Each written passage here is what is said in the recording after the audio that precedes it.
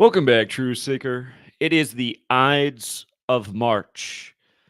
And if you don't know what the Ides of March is about, is to remember the assassination of Caesar in the Roman Senate in 44 BC. And the date is connected to political assassination. So we have this big political issue.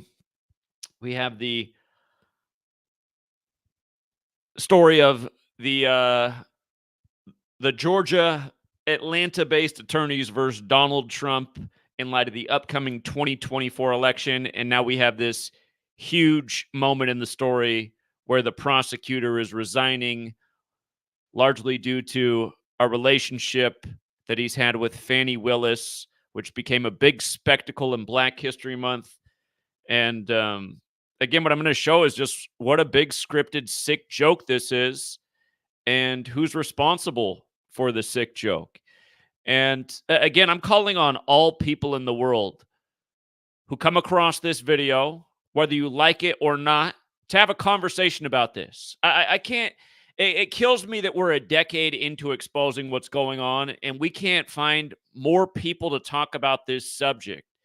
And it needs to be talked about because just witnessing what they're doing by the same patterns every single day, day after day, year after year, and the American people not catching on, it's just such a bad look for the people walking the earth at this day and age. And if you don't understand what I'm saying, just look at this, you guys. This is what I'm demonstrating every day. This is a big win for Donald Trump today, right? And Donald Trump's this Jesuit-educated actor in the world of political theater, and he's been an actor in the world of Hollywood and reality TV. But notice, it is 91 days today before Donald Trump's birthday. 91 days. And who's resigning? Nathan Wade. Nathan Wade, who was trying to prosecute him, he's resigning because he had an inappropriate relationship with Fani Willis. And, you know, I mean, Fani, if you actually look up what Fani means, it's a nice thing. It's like to be successful, but it also has like a sexual kind of connotation, right? Like a woman's butt, her fanny. And here they had this inappropriate relationship in terms of their professions. And now the whole Trump thing's unraveling. And let's not forget who Trump is. He's the guy, he's the proud pussy grabber. You know, prior to Donald Trump, you couldn't be, who's that guy that was on the campaign trail who was in first place? What was his name? Howard Dean. He's in first place until he went, woohoo! And then he went to dead last. Then meanwhile, Donald Trump's like doing the 90s retard thing. And he's got something derogatory about every group. And he's got the history of being a racist landlord and tenant and wanting to prosecute the 5 young Black people in New York. What do they call them? The New York 5 or something? The something Park 5. He wanted to kill them even though they were all innocent. So I'm going to bring all this up in light of just Donald Trump having this big political win on the anniversary of political assassination day in a predominantly Black city, because this is pretty much Atlanta. And we do call Atlanta the 15th city, don't we? And here we are on the 15th of the month. You know, congrats to Atlanta for winning the World Series by the numbers, which we called in spring training after Hank Aaron died by the numbers. R.I.P. But yeah, if you're new here, Gematria, again, Gematria, the practice of coding numbers into words, A, B, C, 1, 2, 3, the calendar, the language, the Jesuits. This is what I teach about every single day. And again, the thumbnail, you had Mr. Wade, Fani Willis, of course, Donald Trump. And who are these two guys down here with the funny looks? That's the first Jesuit Pope, Pope Francis, and the Black Pope, or the Superior General, the leader of the Jesuits, Arturo Sosa. And we're going to get to just how perfectly lined up this whole ritual is, how perfect it all is, and yet again, who we can see, or how we can see who's pulling the strings on this theater, who's really running this nation in the puppet show that has almost everyone fooled. You know, the same people that won't talk about this knowledge are the same people who've made a living in talking about elections like they're real, and they know they have big followings for that because they're hurting the sheep. That's the real reason we can't get people with platforms to talk about this, because it would hurt their own bottom line. And everyone's more concerned about their bottom line than living in a world with truth and justice. And that's why we are where we are. But anyway, again, Gematria, the Kabbalistic practice code numbers into words. Nathan Wade, 91, resigns 91 days before Trump's birthday. And we're just getting started. That ain't nothing. Again, if you're new here, the alphabetic order and the alphabetic order with numerology. That's where we started back in 2013. And when I say we, I mean me. And again, I learned about these two ciphers from Manly P. Hall's The Secret Teachings of All Ages. He has these two ciphers, the alphabetic order and with numerology. And he actually gives you the cipher on the he writes out the cipher with numerology. Again, Nathan Wade is 91 if you take A is 1 up to Z is 26. Nathan Wade is 37 if you take A is 1 up to Z is 26, but apply a numerology to each letter before adding. So the difference, for example, would be the first letter in Nathan is N. N is the 14th letter. So in the green cipher, N is worth 14. In the blue cipher, N is worth 5, because the numerology of 14 is 1 plus 4 is 5. So A would be 1 in both ciphers. T is worth 20 in the green cipher. It's worth 2 in the blue cipher because 20 is 2 plus 0 is 2. Anyway, Nathan Wade, 9137, just like resigns, right? And that's the story, that he resigns today. Georgia prosecutor in Trump election case resigns 91 days before Trump's birthday, who we went after. The acronym for President of the United States is POTUS, 91.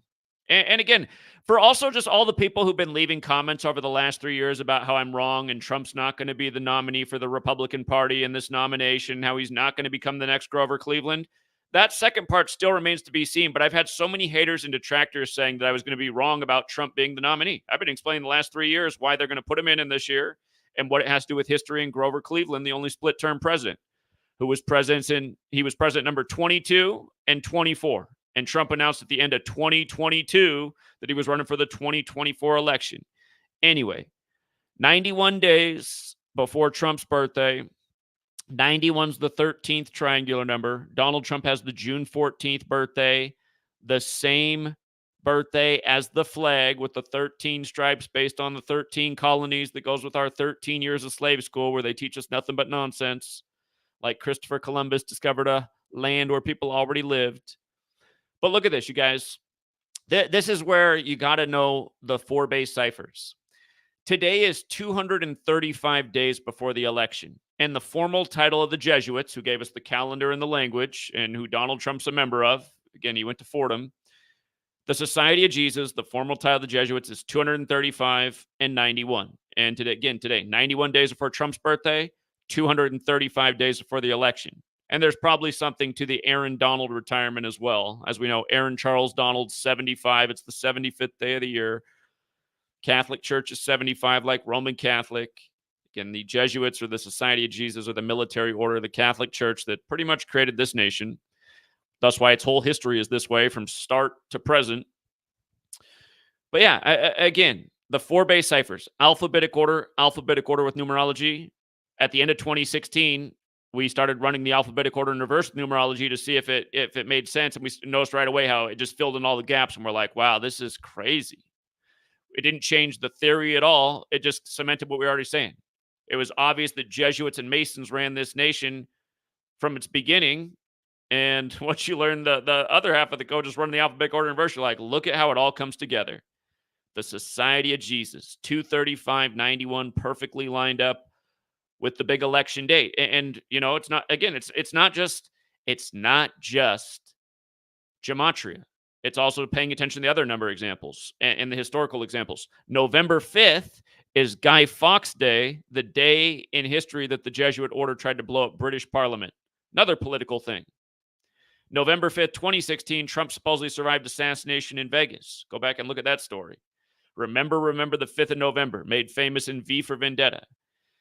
But November 5th is also like 115, and Donald Trump, he won election in 2016 and took office with the 115th Congress. And November 5th can be written 5/11, like 5/11. Donald Trump's 2015-2016 campaign to become president was 511 days, which isn't an arbitrary number. It's a number related to Saturn, which is the keeper of time. And the first Jesuit Pope, Pope Francis, is born on Saturnalia. But anyway, moving on, we're still just getting started. We're just talking about the beginning. We're just warming up with why it matters that it was 91 days before Trump's birthday and 235 days before the election, when this is all about the election, where story after story just unfolds perfectly by the numbers. You can go back and watch my video on February 6th about how we were coming up on the Supreme Court reversing the Colorado decision, which will be a big win for Trump. And then what do you know, the very next day, the 38th day of the year, when Colorado's the 38th state, the Supreme Court hints that they're going to start looking at it, and it looks right away out the gate that they're going to overturn it. Very predictable. And then again, Colorado in reverse is 43, and it was a 4-3 decision that got him off the ballot, and then he's put back on the ballot on the 4th day of the 3rd month, the old inauguration day, and nobody blinks an eye. But you learn gematria, it all just makes way too much sense. So, and let's not forget, with regards to Trump in court, the best Jesuit ritual is still to come later this year, May 20th. The Jesuits celebrate May 20th as Cannonball Day because Ignatius Loyola, their founder, got shot by a cannonball. And he's scheduled to be in court with Judge Eileen Cannon, which will be the anniversary of Billy Cannon dying, which is all connected to Joe Burrow and what he did winning the championship over Clemson and also going to the Super Bowl against the team that drafted Billy Cannon, the Rams. Anyway, with regards to the Jesuits, again, the Society of Jesus, they also just go by the Jesuits or Jesuit. And just look, notice the overlap in the base ciphers with Willis and Jesuit. 84, 78, 42. Don't forget that 30. Don't forget that 21 either. 21 Savage had that big ritual the other year before the Falcons got beat down in the Super Bowl. He's an Atlanta rapper. But anyway, Atlanta's on the 84th meridian. We're going to get to how, it was February 16th that there were all the headlines about how long the inappropriate affair had been going on, which was 30 days from today. Well, we're going to bring all this together, but I just want you to see right now, in light of the Jesuits, how Willis and Jesuit overlap, and it goes with, again, Atlanta being on the 84th meridian. The 42, today's date numerology is 42, the number stamped all over Black history, and Fox News and CNN, this is all they're talking about today, both networks that at the end of the day serve the same two-winged bird, has a left side and a right side, a Democrat and Republican wing, but leads both parties to the same place, the ongoing tyranny. People keep falling for the cheap talk while getting nothing in terms of results. But anyway, 30 days from when this thing really heated up to today, the 42 date numerology, number stamped all over Black history. Again, it was February 15th that there were headlines like this everywhere. Witness says DA Fani Willis and Nathan Wade started a relationship years earlier than they claimed. Remember, all throughout Black History Month, they were getting drugged through the mud. They were staying in hotels together and using the taxpayer money to pay for their romantic getaways. It was just headlines and stories like this all throughout Black History Month. And again, 30 days ago, it really got spicy. Now here's today's date numerology, 42. You just add 3 plus 15 plus 24, 42. The full date numerology, 3/15/2024, is 3 plus 15 plus 20 plus 24, which is 62.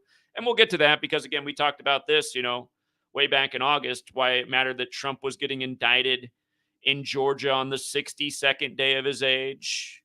Now on the 62 date numerology, coming full circle. We'll talk more about it. But this 3042 thing first. Again, gematria, it's the alphabetic order forwards and backwards. Notice like February's got the 42, of course, Black History Month.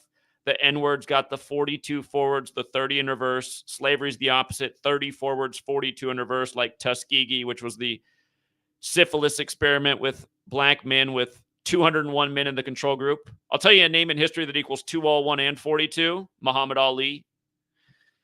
But Tuskegee, the experiment, 30 and 42. Of course, Jackie in his 42 jersey. Martin is 30 and 42. Malcolm X. This list goes on. Huxtable, I don't know why I didn't put it up there. Huxtable's a 30-42. Cosby Show's a 30-42. There could have been more things on this list. But again, Willis. Fani Willis and Nathan Wade. Willis, 42, right? Today's 42 date numerology. You just look at the 42s alone. Willis, slavery, Tuskegee, Jackie, Martin, Malcolm X, Huxtable, Cosby Show. Again, they're trying to stir up a new civil war, which had a lot to do with slavery. And as we learn it in the history books, race. And, just a reminder who Lincoln blamed the Civil War on, the Jesuits. And again, Jesuits got that 42 as well, like slavery in Georgetown. Georgetown the other year paying out reparations. They paid out $100,000 and said they owe like over $1 billion, but it was the first payment towards the cause. again, you guys, it's just they do these things, the Jesuits, to keep people talking about reparations. And at the end of the day, it's just like people fighting over the past. And it just brings about all these feelings, because then poor white people look at it who've lived in predominantly, black neighborhoods, who grew up like that, like yours truly. Then they start thinking like, well, don't I deserve a reparation then too? I might as well just be an albino one. But anyway, it's this gang that's pulling the strings and giving us the history and keeping us fighting over the past and divided over our differences, and just political parties, but just playing the whole thing like a game, like a big psychological operation to just, do a million different things to us, confuse us, make us hold prejudices, make us invest our energy in things that are all part of a script. Yeah, again, if you guys don't know, I have multiple books, and I made the point in both books, but especially my first book, Letters and Numbers, I talk about how they use this 42 code with 59, and we're going to get to the 59 piece in this, how they use the numbers 42 and 59 to shame black people. And today's just like another undeniable example. And not just shame, but also kill. And we got so many examples since I wrote that book. I mean, that chapter came out in 2017. But let me scroll down here, because there's still just so many more things to go through. Look at this. Fani Willis wanted this whole process to begin October 23rd, 2023, right? And of course, it was going down in August with Fulton County and Trump being indicted, but then the trial, she wanted to start October 23rd. So look at this. From October 23rd to this big, thing where the prosecutor resigns, her partner she's having an affair with, paying for the vacation rooms with taxpayer dollars. It ends 144 days later on the Ides of March, which is Roman, like the church and the Jesuits. 144 days later on the date that can be written 15/3. Jesuit order 144 forwards, 153 in reverse. And see, the thing that bothers me is there's people in the world who look at this and they're like, that is so dumb. You think that means anything? And you're like, then you come back and you're like, well, yeah, I think it does, because Lincoln, who blamed the Civil War on the Jesuits, was shot on 14/4. And then Kennedy, who was trying to avoid a war, was shot 144 days with his meeting with the Pope. And then his brother was reported dead at 1:44 a.m. And on and on and on and on and on. There's been other assassinations all over the world with big Jesuit connections with 144, like the one that happened at the Buffalo Tops on Israel's 74th birthday, right down the street from the Jesuit school Canisius, when it was 144 days after the death anniversary of Canisius. And then next thing you know, there's a mass shooting on the 144th day of the year in Uvalde, Texas, in a big Jesuit ritual, only for President Biden to show up in Texas 5 days later on JFK's birthday anniversary, who was shot in Texas again in the 144 ritual. Not to mention President Biden equals 144. And Jesuit Georgetown simulated he'd won the election June 12th, 2021, 144 days before it happened. And then Jesuit educated Donald Trump, he posed at the Vatican like he was there for a funeral on the 144th day of 2017, and on and on and on. Again, it's not hard to see who's done this. Again, the Jesuits gave us the calendar we're on and the languages as we know it. So it's like, okay. And this is what kills me too about people coming here and watching my videos. They're like, Zach, I'm not sure it's the Jesuits. I think we live in the Matrix. It's like, oh, okay. So yeah, that's actually where the evidence makes more sense, doesn't it? In light of the historical fact that the Jesuits gave us the calendar and the language, and this all is synced up with their people every day, the Pope and the Black Pope, or the Superior General. Again, Pope Francis is the Pope. Arturo Sosa is the Superior General, or the Black Pope, which is the leader of the Jesuits. But again, it's just like, just when I talk about just so many short bus riders, If we just lived in some kind of matrix where everything was just playing out, they wouldn't be working so hard every day to control your mind through the technology that they keep in your homes on bigger, more high definition scale, appliances that are hanging up on your wall. They wouldn't work so hard to make sure that's in your house, keep it at such a low price, again, while everything else is skyrocketed in the world. Again, you go to the early 90s to get like some big screen TV that looked like dog shit compared to today would have cost you thousands of dollars. I mean, looking like you wanted like a 48-inch TV thing, probably would have cost $4,000. And part of it was because it was heavier and shipping. But still, you think about where we are today. They figured out how to make that thing way lighter, way better, way bigger. And it's like you can get like a Black Friday 70-inch TV with not the greatest picture, but a damn good one that's way better than that 90s TV for like $500. You know what I mean? It's like literally 8 times cheaper than something that was way shittier 30 years ago. But meanwhile, those homes back in the early 90s that used to sell for under 100,000, they're like priced at 400 to 500,000 all over the country. It's like, whoa. And the house is shittier now because it's not as new. So it's way worse and cost them way more. And just like everything, everything. Food's getting way worse because it's more sugar, more salt, more preservatives, more GMO, less organic. Everyone looks the result, just blimps all over the place, full of processed foods, bloated. Mindless drones walking around, mindlessly putting shit in their mouth. Their brain doesn't work. Their body looks all wrong. That's where we are right now. That's why they're watching this and like, this is stupid. It's like, nah, I bet anything if I could see through the camera, I'd see a fat fucking retard. Bet you anything. Yeah, I've been listening to people, like dumb people, tell me the smartest shit's dumb for my whole life, for all of my adult life, I should say. I was questioning 9/11 out of the gate because it didn't make a fucking lick of sense. And everyone's like, that's dumb. That's a conspiracy theory. Like, I think these people are just fucking retarded. And I was right. No doubt about it. Because looking into things, that's how I found out who really runs shit. And then I'm not like all the other people who just go on YouTube and they're like, well, I just watched 30 videos and they all said Zionist Jews run the world. It's like, yeah, but it's 2024 and you just saw that Zionist Israel got made the biggest guinea pigs of the biggest Jesuit takeover the world there ever was. The scandemic,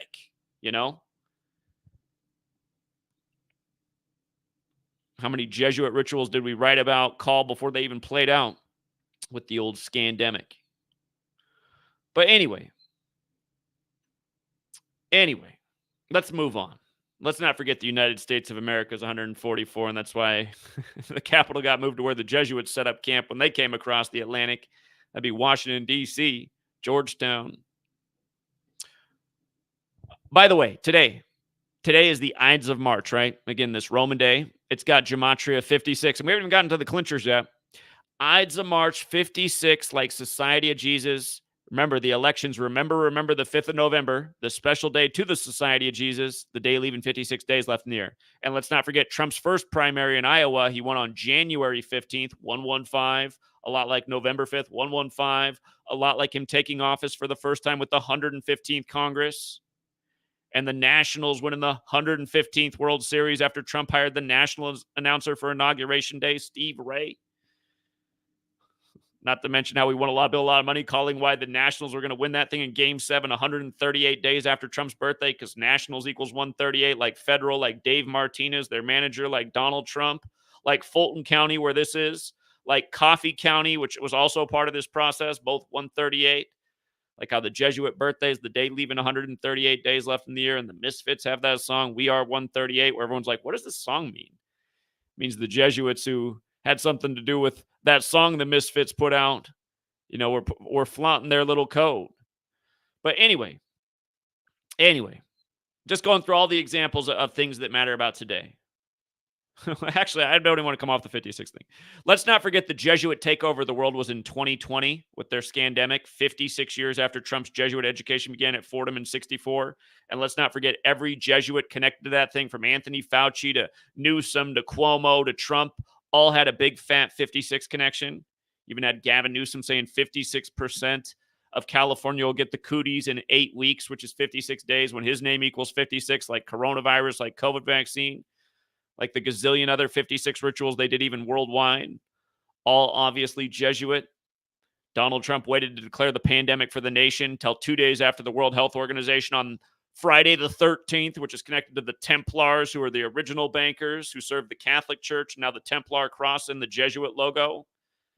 Again, Trump's over in Switzerland the day it's confirmed in the U.S., the Templar banker land, signing off on or actually, that wasn't the day he signed off on the $6 trillion. That was a little bit further down the road. But that was the day he was at the World Economic Forum gloating about his trade deal with China. By the numbers.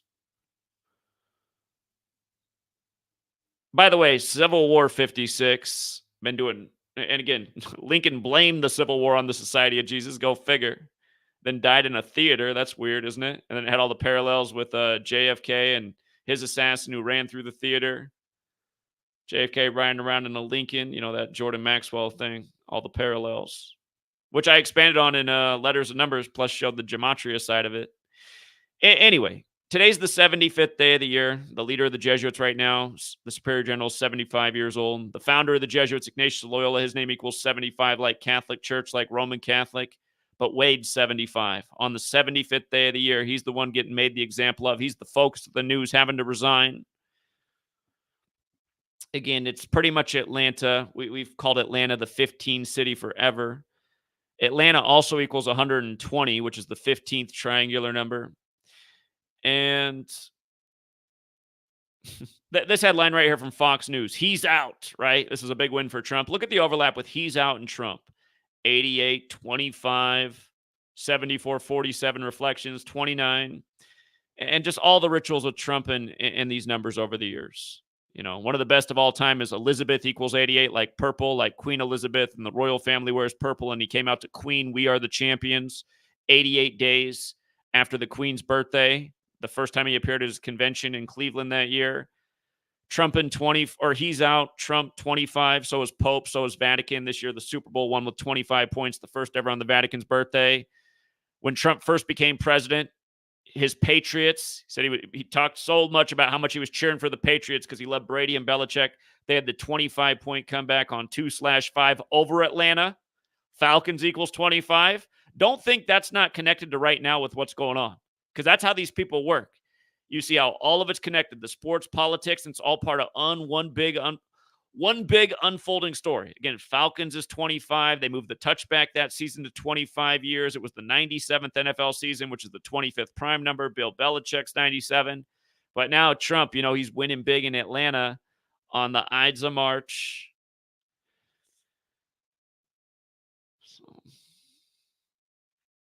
The Pope also blessed Super Bowl 51, where Tom Brady, who once kissed the other Pope's hand, John Paul II, again, he had that big comeback. And don't forget who told you before that Super Bowl it was a lock for Brady, and it was going to be all about 25. I wish they never deleted my channel from back then, because you could watch all the hate in the world from that video.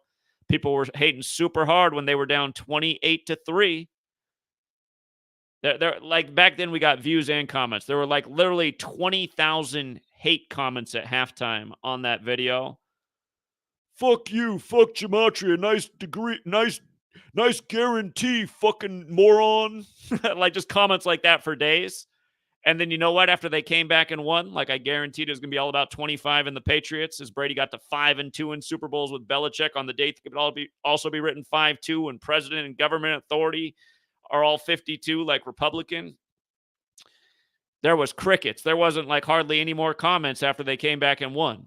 All this hate at halftime, the third quarter, just like literally 20,000 shit-talking comments once they came back and won. There were a few comments once they came back and won, but it wasn't nothing compared to all the hate. And again, that shows you something about the way the world is too. If you can get 20,000 hate comments because people spoke too soon, and then maybe it ended up getting like 500 nice comments, it wasn't more than that. Again, the video got a ton of comments. Had like upwards of 1 million views.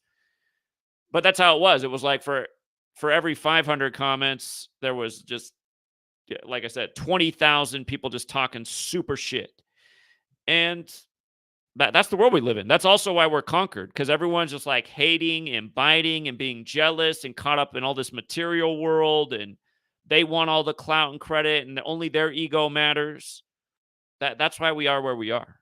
And it's like, really, I made that video for everyone so they can do the same things that everyone else in this community who's prospered from it can do. Take advantage of the rig game. Could be with a betting slip, or just not invest your energy at all in these games. Don't invest your energy at all in these games, because that's what they are. They're a big energy suck. It's a big manipulation. So are these political games. And that's why we're showing year after year how they sync up the politics and the sports. The best, there's so many great examples, but the best, really, I still think to this day, is when Donald Trump took on the protesters of the flag, September 23rd, 23/9. Again, Trump has the same birthday as the flag. The flag was sewn in Philly at 239 Arch Street, like September 23rd can be written 23/9, like 239, like 239 Arch Street. And we said that year, right when he did that, we said, boom, there's your Super Bowl. We already knew the Patriots were in it before the season began for the AFC. We were looking for our NFC team. We said, that's it. The Patriots, the flag on the side of the helmet versus the Eagles, the home of the flag, Philly, 239. When Trump took office, the flag was 239 years old. Go back and look up the article. Look up the article about Donald Trump's doctor saying he was overweight, weighing 239 pounds. And then go back and see how Kaepernick set off the protests, in the preseason with the 49ers. And there's that history with the Bay Area and Philly. Again, the Liberty Bell spent time in San Francisco. The Warriors and the Athletics came from Philly. A lot of coaches went from Philly to the Bay Area, Madden and Gruden and more. But Kaepernick, when he started the protest, it was the 239th day of the leap year. And then that whole season ended up being about 239 in the flag, and 239 is the 52nd prime, and Minnesota equals 52, and Minnesota hosted Super Bowl 52 where the Eagles won. And then remember, right after that, Marjorie Stoneman Douglas High School Eagles, whose logo looked exactly like the Philadelphia Eagles, they had that mass shooting right after the Super Bowl, and it was weird because Marjorie Stoneman Douglas is from Minneapolis, the 612. And Google doesn't like when I talk about 612 and mass shootings because they deleted all my posts on it on my old blog. But anyway, he's out. And we're still moving on. Again, today's full date numerology, 62. Georgia, 62, like Mason. And when Trump was indicted in Georgia, it was August 14th, the day before the Jesuit order's birthday, the 62nd day of his age. Now, here we are in the 62 date numerology, and everything just coming so full circle, Now, I noticed that Nathan Wade, he on his own website goes by Nathan J. Wade, right? So I thought that's interesting. Let me just check that out since he goes by Nathan J. Wade. And I said, well, that's cool. Nathan J. Wade, 101 and 61, just like Ides of March, right? And he's getting made an example of on the Ides of March. But again, for the person who's like, that's what I hate about skeptics. They're just always looking for a reason to wiggle out. They'll be like, but wait a minute, you already tried to decode it with Nathan Wade. Yeah, I did. Because Nathan Wade, like how all the headlines have it, equals 91, and it comes 91 days before Trump's birthday, and everything else we talked about, resigns, POTUS for president of the United States. We talked about all this. But yeah, on his website, it said Nathan J. Wade. So I wanted to check that out too. So again, I just know how if I'm talking to my sister, which we haven't talked about this stuff for years, she'd be like, no, see, now you're using two different names. I'm like, okay, I don't need to though. Didn't we already establish the point? I'm just saying this out on his website. Isn't it weird that that's the exact same as Ides of March? 2 out of the 4 ciphers. And then, again, is this a coincidence? Fani Willis's birthday is October 27th, which means from today to her birthday is a span of 227 days. The phrase that goes with today is beware the Ides, which is 227 when you run the alphabetic order in reverse. And Arturo Sosa, today's 124 days after his birthday, the leader of the Jesuits, the leader of the Society of Jesus. It's 124 days after his birthday, and beware the Ides is 124 forwards. Again, that's the motto. And I'll remind you something. It was 2017. Yes, it was. It was 2017. It was right. Yeah, 2017 was a rough year for me in terms of having content and just like getting shut down. On the Ides of March, my Facebook account was hacked, and then it was just deleted all the way. And if you guys don't know this, Facebook's headquarters, you can look it up. It's at 1 Hacker Way. Their headquarter address is literally 1 Hacker Way. That's where Facebook's headquartered in California. And Facebook was established the exact same day, which was February 4th, 2004, the exact same day that the U.S. military's technology wing, DARPA, concluded their program called LifeLog, which was similar to Facebook, mostly about collecting people's data and information and getting people to log events about their life. Now, see that the skeptic will look and they'll point out all these other things that were part of LifeLog that aren't part of Facebook. And it's like, yeah, okay, we didn't say it's the exact same as LifeLog. We're saying look at the parallels and what are the odds that it would end the same day Facebook launched in light of everything else we know about Facebook. like Mark Zuckerberg being born in 84 on the same day as Israel, which was born in 48, and him going around with that hoodie in the early years that had the Star of David on the inside of it. And again, if you look into Gematria, you'll see the Jesuits clearly created Israel by the numbers of the Catholic Old Testament. There's 145 more chapters in the Catholic Old Testament. His birthday is 14/5, and Catholic equals 145, like David Ben Gurion, the first prime minister, plus a million other things. Anyway, you know, all these layers, right? The 91 thing, that's a big layer in this. That's the easiest layer to explain to anybody. But then all understanding the little Jesuit history and the number rituals. And again, for the person who comes here and laughs at this, I want you to go back and look at this and tell me how funny it is. John Thompson, the first black head coach to win the college basketball championship in 84, did it for Jesuit Georgetown. And then remind me what age he died at. He died at age 78 on a Sunday with 78 date numerology. And then 666 days later, or if it wasn't that, it was either that or 66 weeks and 6 days. Could have been that as well. They renamed the court John Thompson Court. But in the same cipher where Willis and Jesuit are 84 and 78, so is the word Sunday. And Sunday is also 21 in the same cipher where Jesuit is as well.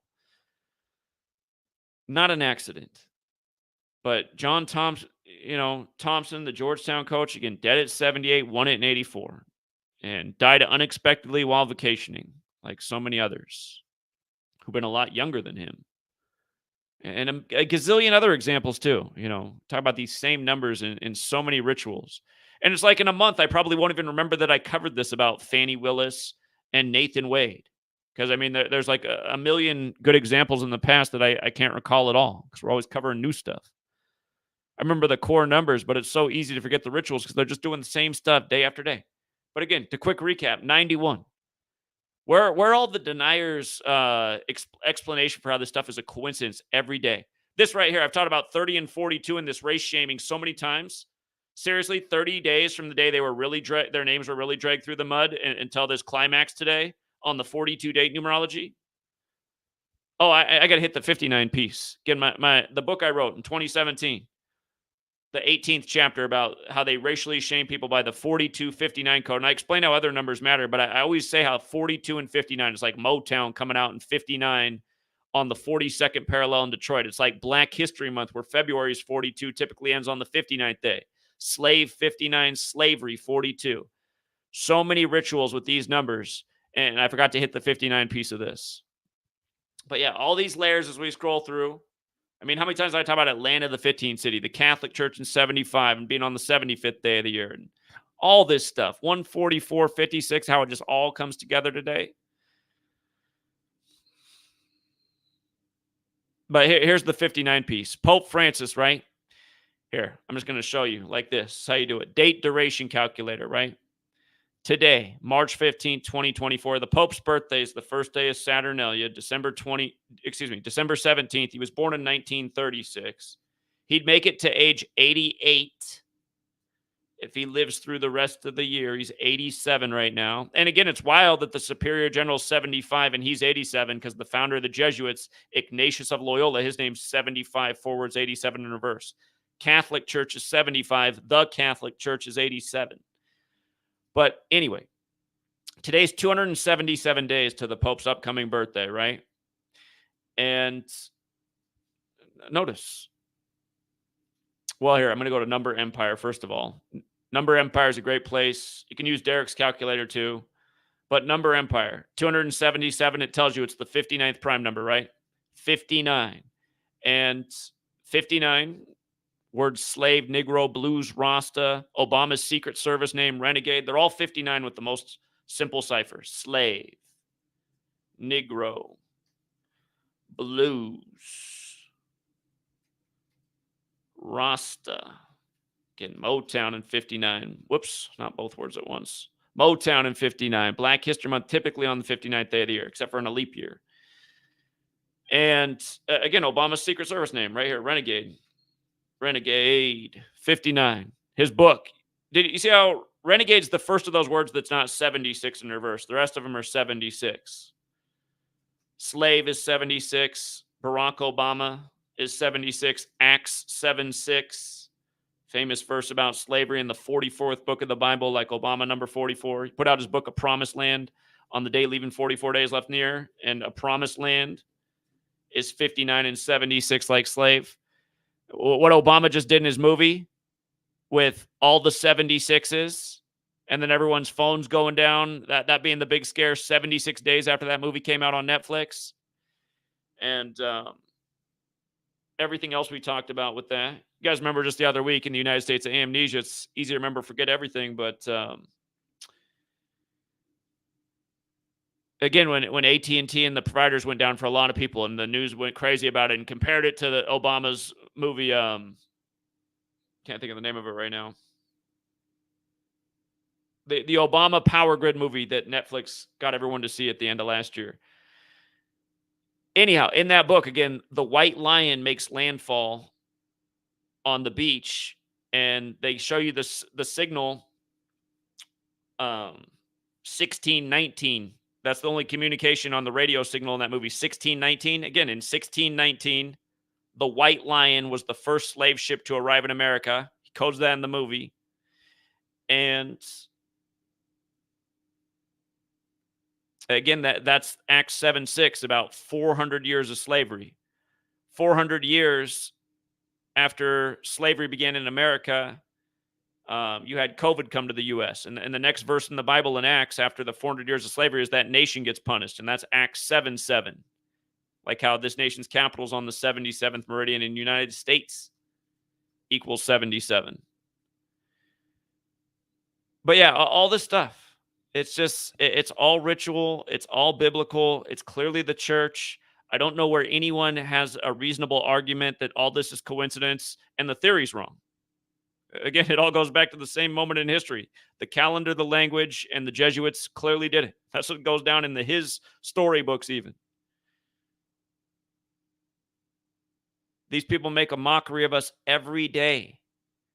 And see, people, that's what's wrong with the world. That's why, again, I'm not a religious person, but I was raised Lutheran. And the things that always stuck with me about my Christian upbringing was, live by the golden rule, treat other people the way you want to be treated, and make your life about truth and justice. I mean, that's why we don't need, Jesus wasn't a Christian to remind Christians. Jesus was not a Christian. But really, if you could boil down everything about Jesus, the three most important things that he taught were those things: golden rule, truth, justice. Imagine everybody's about it. Imagine you had more clout in society if you were a righteous person. And you start listening to like some Men Going Their Own Way podcast, they'll be saying, the reason society is so bad is because the women chase all the wrong things, so then the men end up being all about all the wrong things. Again, you can't blame anything on one gender, but in a way, it is kind of true. Men are doing everything for the women. Most women in this society, would they value an honest truth teller or a guy who's totally sold out and is making tens of millions of dollars and is a really bad person? And we all sadly know the answer to that question for most women, but not all women too. You can't stereotype everybody. There's righteous women, there's righteous men. It's just the point is there's not enough righteous people in either gender. And everybody out here who pretends to be about the truth or like they're really into politics because they think that's what's going to save the country, it's just a joke at this point. You're either just a really dumb person or just, I just get sick of watching all these super popular political streams that got tens of thousands of viewers on YouTube. And again, they're selling everybody out for their own gain. Either that or they're just so ignorant. They're just contributing to the mass ignorance. But really, the only real conversation to be having about our political system is how corrupt it is, who's controlling it, and how the knowledge has been out for I want to say 10 years because I've been exposing it every day. But remember, I learned about this in a book that only shed light on the topic, didn't really break down anything. Again, this one right here. Manly P. Hall reveals the ciphers, but then kind of casts doubt on it and leaves it up to the reader to see if there's any merit to the code of letters and numbers in the alphabet. And I wish we could dig up Manly P. Hall from the grave and talk about why he died 201 days from his own birthday. And you know what? This printing of the book, the conclusion's written on page 201, which is weird. This is a great book. There's so much information in here, but and then you can't even blame people. You don't know. Maybe his publisher rewrote those sentences. Maybe his publisher's like, we want to cast doubt on this part. It's important that he doesn't. Hold on. We don't like the way he wrote about putting out these ciphers. We want to make it seem like maybe it's here, but illegitimate. Because really, again, what I've been teaching about, I learned about it from excerpts in this book. But again, I took the challenge. I said, well, let me see if there's something in this letters and numbers code, because I know there's something going on in this world with numbers and rituals. I've been watching it every day, at least since I was 18 years old when 9/11 happened and there was the big emergency on 911 and they wanted to just scare me out of everything. That's how this cabal operates. Nothing but fear, man. Nothing but fear, division, hate, jealousy. And again, I mean, the whole world could be up on the game. I just think about all the big platforms who try to take a shot at this work and tell their audience it was nonsense and to ignore it. All these supposed fake Christians who never showed their face a single time, never gave out their real name a single time, but claimed to be Christians and flat earthers, and that was the most important thing, and Gematria was stupid. Now they're not even here anymore, but spent a lot of time slandering yours truly, where it's like, man, imagine if they got this knowledge in those people's hands all these years back. Maybe we would have changed the world by now. Maybe this election will look totally different. People, maybe, like I was saying back then, from the earliest days, I was saying, we got to be outside CNN every day. We got to be where the action is every day. There should be a group of people out in Atlanta right now on a corner sharing this knowledge, getting out the word, educating the people in there, just like in every city. I should be in Atlanta right now. Had the resources continued to flow and the funding come in when we were traveling across the nation instead of everything getting cut in half, which I still don't understand why that happened. This could have kept growing. We could have Team Gematria in major cities. Atlanta'd be a good one to be in because we could be outside CNN every day exposing what a corrupt network that is. How hard that network is selling this country out. Isn't it amazing that people pay big cable bills to watch CNN and then have to sit through all those advertisements too? It's like the things people have money for, things people believe in and fall for, got to be under some kind of hypnosis and mind control. You're paying money and watching ads to keep CNN on? What has CNN done for you in your life besides make a mockery of you every day? And that's the sad thing too. People can't admit that they've been made a mockery of. They can't admit that they've been fooled all these years. It's the Mark Twain quote. It's easier to fool someone than to convince them they've been fooled. But I'll tell you what, you had to have been a fool from the start, really, to be fooled by really anything in this country. I started to see this nation was a total load of shit well before I turned 12, but I know by the time I hit 12, I was convinced it was all bullshit. The history, the religion. 12. You got people that are full-grown adults walking around in comic T-shirts thinking they're doing something by supporting the Orange Man or even going against the Orange Man. Because they've been spending more of their life paying attention to cartoons, video games, and entertainment. And it's easy to do in this world, right? I mean, if you hadn't paid attention to anything for your whole life and just went to work and school and were entertained, I mean, you'd be here breathing. And it would just seem like every day wasn't much different than the last, except for when they did something big to you like 9/11 and COVID and maybe a few other days in between Oklahoma City bombing. If you didn't pay attention to anything, just went on about your life, you'd be like, man, every day is like every day except for sometimes. What's the point of paying attention? And again, the answer to that question is because, you could be where the 9/11 goes down one of these days. It could go down in a lot of communities at once. Because maybe they weren't bluffing with those Georgia Guidestones. There might be a cliff that we are approaching and we don't even recognize it because we've just been thinking, life's going to go on no matter what political party's in there. I survived 9/11 and COVID. I plan to survive every other day until the day I die many years from now. And it won't be from some conspiracy. How many people like that are in the grave right now? Their whole life, they're like, conspiracy theories, and then they drew one of the short batches. You know what I mean?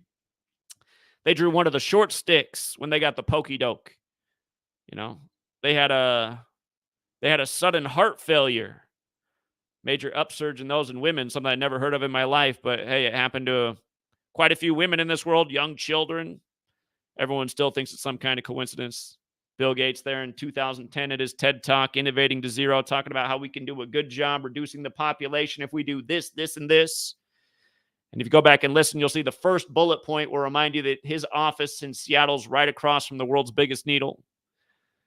If we do this, this, and this, we'll do a good job of reducing the population to get the emissions down to zero. His name equals 201, like the Jesuit order, like Event 201 he co-hosted the same day the military world games began in Wuhan, China, that go back to the Jesuits. And again, you got dummies here watching me explain this, and they're like, oh, that's got to be all a coincidence. Like with numbers, man, you can make anything go together with numbers. I see people trying to debunk my video, and they're going like, okay, so Zach, like literally I've watched people do this. They're going, okay, so like here he said it's 91 days before Trump's birthday and Nathan Wade equals 91. But I mean, really, there's only the numbers 1 through 9. So like it's really high odds of like being that. It's like, does this person fucking hear themselves? Is 91 between 1 and 9, you fucking retard? I can't tell you how many people I've heard try to take a stab at my work over the years and make an argument like that. And I'm just like, what in the fuck, man? I know I'm talking about how I live in a society of fucking retards, but shit, it is worse than I thought. That's what I think anytime my critics open their mouth. I think, God, whoever wrote those Georgia Guidestones, man, maybe I need to talk to them. Maybe we need to get on with the plan. I think is overdue.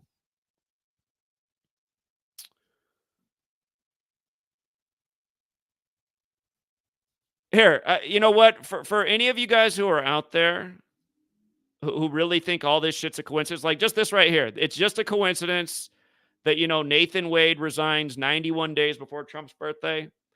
Like, since obviously almost everyone in the country thinks that, since no one cares about the work that's been put out undeniably for over a decade. I mean, how many more elections do we need to call and expose before they happen? But yeah, these clowns like Brian at No Impact saying that Gematria doesn't reveal anything. And then out the other side of his mouth, he's telling all of his followers. I agree with everything Brian does almost, except for denounce my work. You'd think he would team up because he's trying to tell his audience that the Republicans and Democrats are all part of a big scripted show to keep the nation divided. It's like, how could you possibly tell your audience that, but then not want to share this information with them? You know? This anomaly character also talking shit about the work. You know, he'll collaborate and debate with Brian, but he won't with yours truly. And he's telling his audience Gematria doesn't mean anything, but he's saying he finally woke up to the two-party scheme and how he doesn't think he wants to support any of it anymore. It's like, well, dude, if you would have listened back in the day, maybe he would have never become famous and wealthy because he made a lot of money off the 2015, 2016 campaign of Trump, putting out the song I Like Trump and rode on that whole Trump wave. But now he's telling his audience that he realizes Trump's a fraud. It's like, why not come share with your audience the code of how Trump's whole career has been scripted from day one, which we've been exposing since every day of 2015. So we got one person in the room. We'll see if they're going to bring the debate. But if you're going to bring the debate, Sam the Shroom Man. I got to admit, I like his name. But again, mushrooms are not to be abused, but they can be very enlightening and life-changing. Anyway, we're going to bring on Sam the Shroom Man. And Sam the Shroom Man, if you think all this stuff's a coincidence, come out of the gate with an argument. Or if you're on here for something else, you're the only person in the room. So let me switch over the audio setting too, actually, so everyone can hear you just fine. Hello? All right. Sam the Shroom Man, you're on. Can you hear me? Yep. Hey, Zach. Yeah, I don't think any of this is a coincidence. That's sorry, that's not why I was calling in. But I do have a couple more things to add in that I just feel are like really crazy that you might want to know about. So I was reading your blog post about the May 20th thing, and there were so many things with May 20th, and I found even more things about May 20th and a couple other Jesuit dates too, but mainly May 20th. did you know that this upcoming May 20th is Whit Monday or Pentecost Monday? Pentecost Monday this year, May 20th. Okay. Yeah, that's it says if you pull up the Wikipedia page, I don't know if you want to go ahead and do that. But it says it's Here, also while I'm known. doing this, let's remind people again who people are not familiar. May 20th is Cannonball Day to the Jesuit order. And recently, their former superior general died on that day by the numbers. His name equals 225, and it's the day leaving 225 days left in the year. That was Adolfo Nicholas. And then the year after that, or excuse me, the year before that, Billy Cannon died. Billy Cannon died on Cannonball Day, right as Joe Burrow transferred to LSU and then went on to have the exact same history as Billy Cannon. And then this year, Trump's sentenced to be in court with Judge Eileen Cannon on Cannonball Day. And again, Trump's Jesuit educated. So, and you look at, like, some people wonder if the Jesuits rewrote history. And again, right before they came into power, Christopher Columbus is in the history books. And Christopher Columbus died on May 20th in history.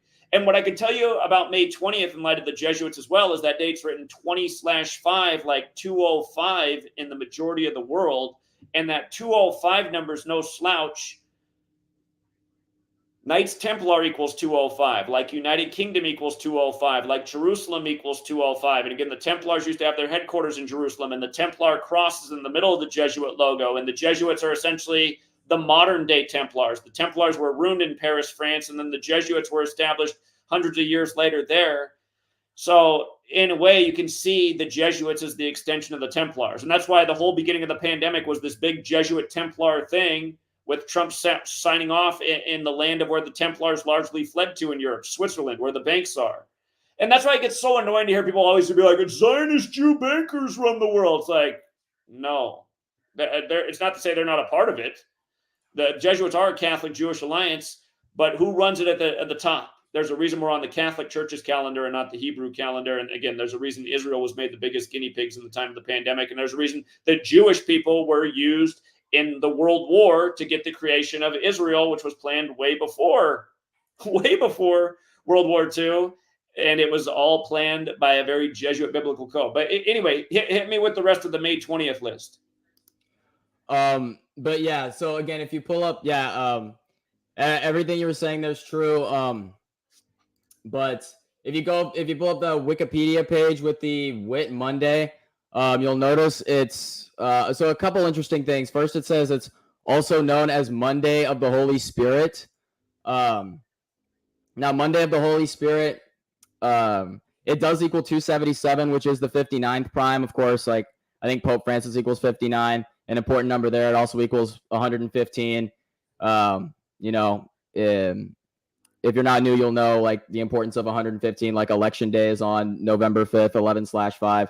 Many other things. In addition to that, Holy Spirit, pretty much if you spell out Holy Spirit, by the way, almost everything about it is interesting in the base ciphers. You have 61, like, Jesus cross, like Christian Christmas, etc. You got 56, like Society of Jesus Pope, all those other 1,056s, 119 as well. It's 119. You have, of course, 119. Also Francis. Is it Francis or Pope Francis that equals 119? One of the two. But this Francis. Francis and Vatican have overlap in several ciphers, including exactly. And by the way, when this next election happens, the winner takes office with the 119th Congress. Here, I want to remind people about one other thing with 119 that we've been talking about since 2015 with Trump. When Trump was running for president in 2015, when it all started, the hit show on Netflix was House of Cards. And Trump cards, again, are related to cards, and especially tarot cards, which there's 78 in the deck, and Trump turned 78 this year. And some people are saying that the market, which is just through the roof, is also a house of cards because it's been propped up by all this federal stimulus and just a bunch of like essentially made up crap to keep the numbers artificially just way through the roof. But the president in House of Cards is Francis Underwood, played by Kevin Spacey, who was going through the whole sexual assault thing at the same time Trump was. But the name Francis is 119. The name Underwood's 119. The name Donald's 119. Donald Trump was first called president-elect on November 9th, 119, the anniversary of the fall of the Berlin Wall. And yeah, I want to make that point. Yeah, go ahead. No, yeah, and speaking of that 119, of course, that number is also super important to Trump, which I'll talk about in a second. Like, but mainly just finishing with this Whit Monday thing. It's also noticed if you see in the Wikipedia page. By the way, the Whit Monday takes place. It's determined by the date of Easter, so it's the day. It's the day after Easter. Yeah, it's the day, or no, it's not the day. It's not the day after Easter. Sorry, it's but 50 days after Easter, which is interesting. Yeah, 50 Donald equals 50, Washington equals 50, America equals 50, Jesuits equals 50, and the Jesuits set up camp in Washington or Georgetown. So yeah, 50 is a big number. 50 states, America 50. Go ahead. Yeah, and yeah, it also mentions the Catholic Church in there. It says that in the Catholic Church, it is the memorial of the Blessed Virgin Mary, Mother of the Church, marking the resumption of ordinary time. And if you look at Monday does equal 72, like how Pentecost Monday, which is what it's called, also equals 72 as well. And that's all. Like, you can also say how it's important to Passover as well. Passover is another 47, and there's a few other numbers there that I was looking at, like how Easter's another 68, for example. But Whit Sunday also equals 144, and Whit Sunday is Pentecost is often called Whit Sunday. It's also called Whit Sunday. I see. And just another thing real quick here. I noticed how I didn't even know this until I read it in your post, but it is the day that Christopher Columbus died. Yeah. Yeah, and I was like, okay, wow, that's interesting for. And here's why that's so important too. Again, about the Templars existing before the Jesuits and Columbus dying right before the Jesuits were created. Again, some people describe Christopher Columbus as a pirate. The Templars became pirates at sea for part of history. And again, Knights Templar 205. He's dead on 20/5. And Columbus was a Jew who was paid for by the Vatican, so that Jewish Catholic alliance. By the way, there's a show out there called Nightfall about the fall of the Templars and what happened in France. And the story is that one of the Templars was cheating with the king's wife, which made him want to destroy the Templars. That's the way they foretell this, or that's the way they tell the story in the TV series. But right at the beginning of the Nightfall, Nightfall starts in Jerusalem and then it goes back to Paris, France, and gets you into that story. But one of the first scenes you see when they go back to France is the same guy who ends up cheating with the king's wife. He's a Templar who's very adamant about protecting the Jews in France. So right away, just bringing this narrative of kind of like the Catholic Church being safekeepers of the Jews. And you just think about that in light of history and light of who really created Israel by the code, and how they were used essentially as guinea pigs in World War II. And then again, Israel also getting kind of used as guinea pigs in the pandemic. And again, I mean, they kind of put it all in front of you, in front of entertainment. Plus, if you look at history, it just all starts to make a ton of sense. So go ahead again. No, but yeah, that's pretty much like, yeah, summarizing with the whole Jesuits and people. A lot of people say, oh, it's just the Zionists and stuff. Like, if you just look more at history, if you research history more, and do your own discernment and not just go by what every article or news tells you. If you use your own discernment, you'll you might come to a different conclusion. But yeah, so in addition, by the way, I don't know if you know it, but Sunday and Jesuit align in 3 out of the 4 ciphers. Yeah, no, I always talk about that 84, 21, 78. I mean, we talk about that every week in sports, man. Those numbers come up huge in sports when they're together. So, I'm very aware about Sunday and Jesuit. Yeah, exactly. But yeah, going back to the Columbus. So Columbus is another 47 and 25, by the way.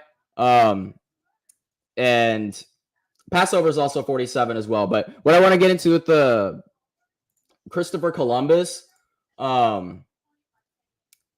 Yeah, what was it? So Here, people need to, we didn't make this point either. People need to understand that Ignatius of Loyola was shot with a cannonball on May 20th. And again, getting shot with a cannonball is a hand cannon. He got shot by a gun, essentially. So it's the day in history he was shot by a gun. And, you know, if you guys recall, at the start of 2022, Joe Biden used this terminology of a cannon regarding the Second Amendment, and he was made fun of. People thought like he was just an old man speaking dumb. But we were pointing out then that, this is part of this ongoing Jesuit theme with how Ignatius of Loyola's life changed when he got shot with a cannon and put him on. When they did that, it was the 56th day of Joe Biden's age. And it wasn't long after Joe Burrow had lost in Super Bowl 56, who again is connected to Billy Cannon. But Joe Biden had that cannon claim. And then that same day, the other story that happened was the Cannon building was evacuated. And, I take it back.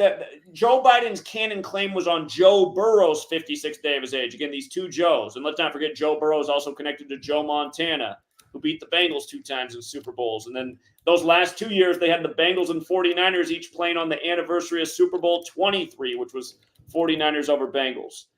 But yeah, this cannon building evacuation was at the same time Joe Biden misspoke about the cannon and the Second Amendment.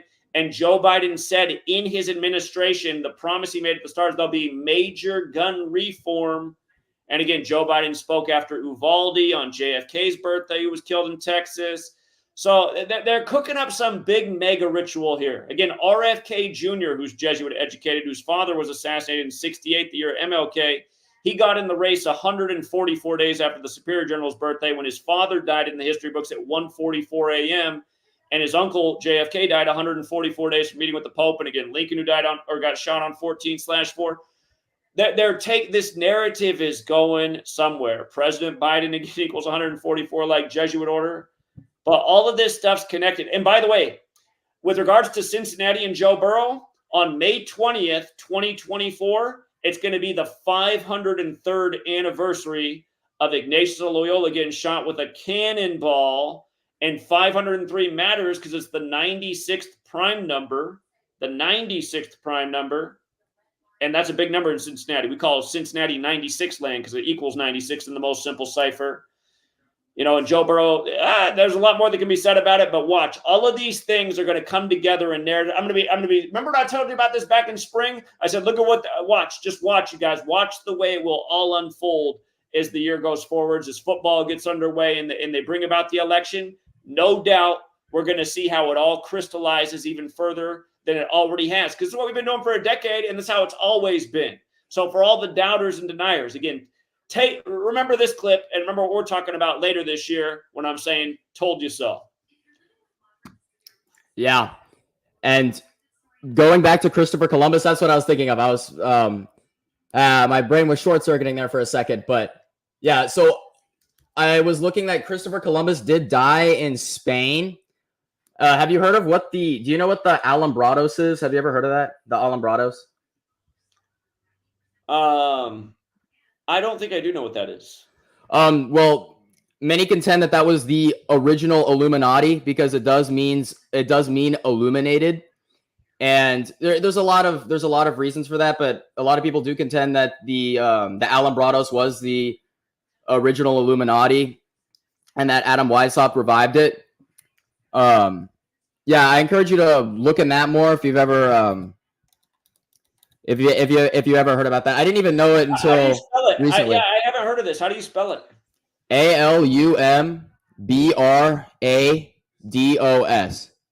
Alumbrados. Alumbrados. Okay, one word. All right, that's a new one for me. Yeah, there's things about it. I was mainly looking at it yesterday. I found this article talking about it. It was around back in like 2015, and I wish I had it on me, but it was saying a lot of stuff talking about the Alumbrados and about how there's a lot of links there. Again, I don't want to go too much on something I don't know enough of off the top of my head, but if you do look more into that, you'll find a lot of connections there. Like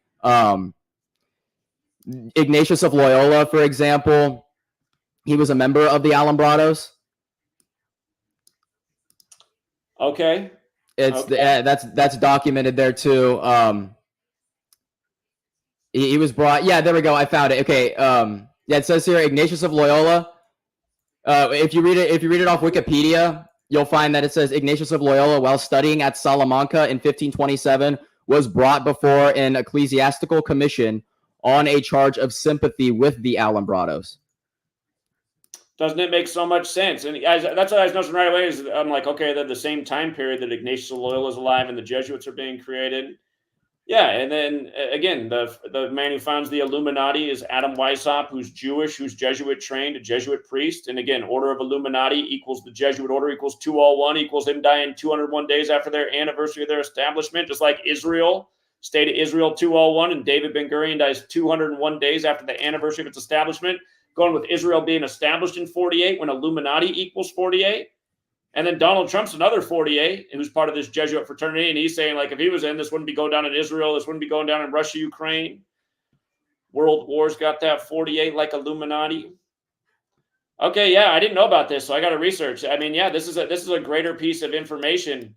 Yeah, and where it all ties together. Yeah. Yeah, exactly. By the way, it was inspired, the Alumbrados, it was inspired and led by the teachings of the Roman Catholic cardinal. His name is Cardinal de Cisneros, and he was high-ranking among the Roman Catholic Church, by the way. So you had the inspiration from the Catholic cardinal, Ignatius of Loyola, a member of it in the 1500s when all this is going down.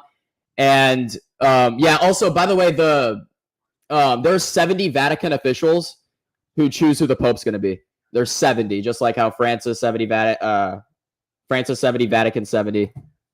Yeah, Francis 70, Vatican 70. I see the name of this society is 34, like France, and the Jesuits were founded in 1534. So, yeah, and then right after the next paragraph is about the Franciscans. That's why Pope Francis' name's Pope Francis, because he's named after St. Francis of Assisi, just like San Francisco is. San Francisco and Pope Francis both equal 122, the city on the 122nd meridian.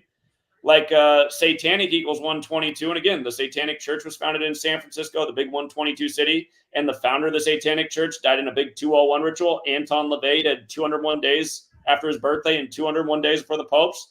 Yeah, I got to go down this rabbit hole because I think this might have been just like more mortar for the cracks that just really brings it all together. Yeah, great. I did not know about this. So this is a great find.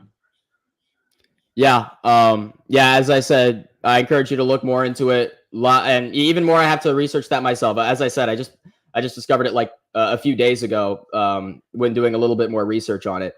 But yeah, also, yeah, I know I've been on here for a while, but just to touch on something else, like in light of Trump, did you know that June 14th, in addition to being the flag's birthday, it's also the day that the U.S. military was born in 1775. The military's birthday is June 14th, 1775. The year or 2 years before the flag. I did not know that either. Good one. Yeah, you know, Trump loves the military. And I do think they're probably gonna bring him back, you know, probably more funding to the military there. Yeah. But yeah, pretty much really all I wanted to go over. Yeah, just mainly that because when I just saw you with that May 20th thing, I was like, yeah, I have to look more into that. And I saw the Christopher Columbus, and I figured I might as well mention the Alumbrados that I was doing research on for maybe you to look into too, when I saw that Columbus died in Spain. All right, I will. Appreciate it. Great call. Thank you. Thanks, Zach. All right, bye. All right, we got Laura joining us and Slick Nick. All right. Appreciate it. Hello. Can you hear me okay? Sure. You got in the room first, Laura, so both of you can take your turn. Real quick. Can I just please go real quick? Because I have to go play basketball and I got to go like in 5 minutes. All right. Real quick, Slick It's just real quick. Go. So You have to make it quick. I heard it's going to be real quick. I heard you talking about Douglas. And of course, you know, I went to Douglas during the time. And I just wanted to show you how they managed to change the school logo right after the shooting happened. And it was so close to the Super Bowl winning of the Eagles. And so here's the after the school got shut up, they gave us these shirts, and you could tell that this is the Eagles logo. I mean, it's identical if you look at the Eagles logo. Right. And Mr. Alshon Jeffrey, the first touchdown scorer of the Eagles, he wears number 17. Then 10 days later, the shooting happened. 17 died. The 10. Say 10, and everything that happened with that. Now, I took this from the lawn of Douglas, and you could tell that this is the new logo here. I mean, they completely changed it up, completely. So and then 5 years later, the trial comes, and the Eagles are back in the Super Bowl versus the Chiefs. So we just lived in a big scripted. It's just crazy. So indeed, hey, I it's just good wanted to to. see you. Yeah, it's good. It's good to have a face now. Now I know the face with the voice. I actually showed my face real quick on last time Simple Troll was on here pleading his case how he wasn't fed or anything like that. But that was back in 2022. It was so long ago. So time flies. But yeah, I just want to say thank you for the work, and I'm going to go play some basketball in this beautiful weather. So you have a great night, okay? All right, yeah, you Enjoy it. Thank you. All right, there's the balance, getting the exercise too. All right, thanks for coming on, Lauren, and thanks for letting him go first. Yeah, of course. How's your day going? It's going all right. All right, cool. Have you looked in? One of the big stories that I'm looking into is Haiti. And I looked it up, and Haiti is actually a 47. So if you could help me with that, and I can give you some info. Are you talking about on the Pastor Hagee? Haiti. Oh, yeah. Oh, Haiti. What's going on with the resignation? Yeah, all that stuff. Let me turn my volume up a little, and you can hear me fine? Uh-huh. Okay, good. I put it in the calculator. I just wondered what Haiti was, and it's actually equals 47. Now, just a few minutes ago, it broke on the news. I'm sure everyone's heard everything going on in Haiti and the opposition leader barbecue, which I about fell over when I heard the name, honestly, because it just seems so out there. I mean, is he BBQ for short? It's so silly. It's also silly, but he's going to be taking over if the guy resigns, but their prime minister is actually in hiding in Kenya right now. I just read. Huh. So, but I do feel we're getting to a point with the media as well, where they're just coming at us with so much. It's hard to even, kind of digest what is going on. But you brought up Obama a little bit ago, and I'd like to say that I believe with Obama and Netflix, they are promoting some sort of, through the media, some sort of cannibalism. It sounds bizarre, but let me explain. I'm sure everyone's heard it be used in Haiti. Netflix also put out a movie called Silence in the Snow, which is based on the movie Alive and the book Alive from the 1990s. And it just seems to me, they just came out with another show on Netflix, and it's called Chicken Nugget. And it's about someone's spouse being a chicken nugget. To me, I find it odd, and maybe it's just me. Sometimes I have to question, but it does seem there's a huge cannibalism theme in the media. And I just wondered your take on that. I wondered I guess I should look up what is cannibalism, the number, and if you've noticed any sort of trends in the media with that.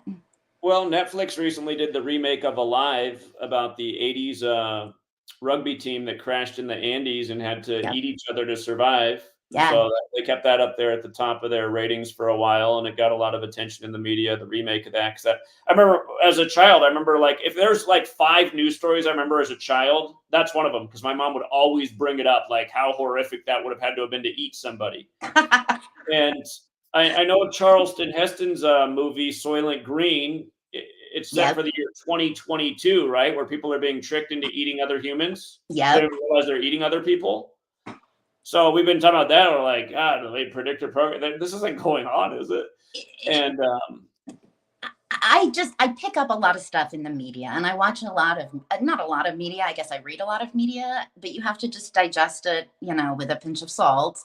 But yeah, I do feel there is a cannibalism kind of agenda in the background, and it's one of the creepiest agendas I've seen so far, and I Well, think they put out some crazy ones. the point I was going to make is like if they really do have, if they really did bring this to the ultimate cataclysm that they turn off the power and leave it off for months, I mean, almost everyone's food would perish. No one's growing any of their own food. They're dependent on the supermarkets that would be raided. I mean, so you would probably have a very desperate situation in a lot of places, especially where there's big populations where people are killing each other to survive. And in that kind of world, you could see it possibly getting bad enough where maybe people are eating each other to just stay alive another day or another week.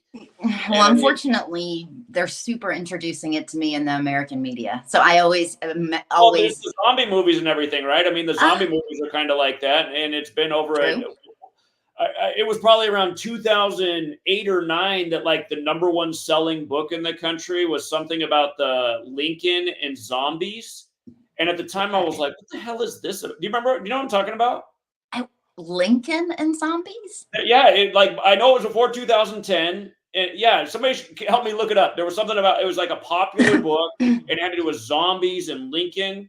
And at the time I was like, what the hell kind of concept is this? But now that we're here in 2024, I'm like, I kind of see it now. Just like how they're talking about a new civil war, how there could be this big fallout. Yeah, no, I mean, it's the streets of America instead of the Andes. It could be. Now they filmed.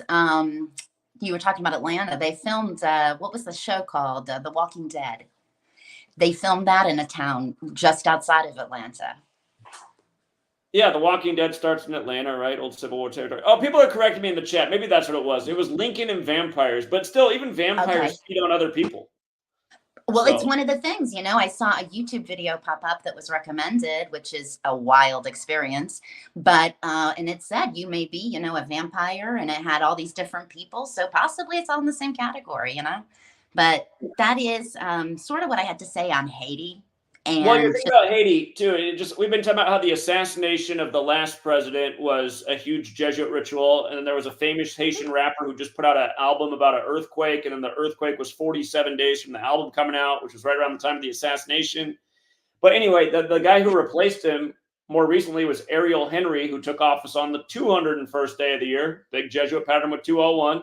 And then he just announced his resignation on the 72nd day of the year. And we're always talking about 72 and 201 and the Jesuits. And again, you got Pope Francis, the first Jesuit pope, on the 72nd day of the year. He becomes pope.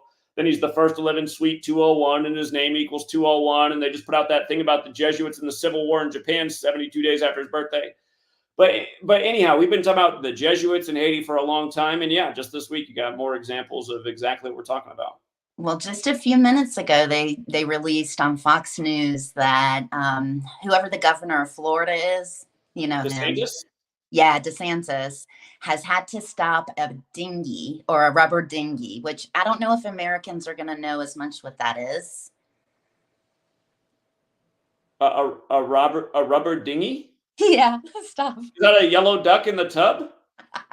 No, it's what the boats are that in Europe, when the EU, Merkel just said everyone can come in from the Syrian war. That's just, that's what they float in on. It's like a blow up boat. But DeSantis has apparently just had to put forces down to say they've intercepted a rubber dinghy. And I almost fell over when I read it because that is such a British title. And when 2015 happened and the migrant crisis happened from Syria, I had no clue what a rubber dinghy was. But I followed a bunch of British people and I was like, well, what's a rubber dinghy? And they said it's just a small blow up boat. And that's what I guess now, I didn't realize Haiti's only 500 miles from the American border until a few days ago. So I guess now DeSantis has intercepted a rubber dinghy, and I think it's America's first rubber dinghy. So that's something. Interesting. So here we go. If there was 25 migrants on it. 25. Yeah. Perfect. Yeah. It's just okay. Yeah. So, but no, the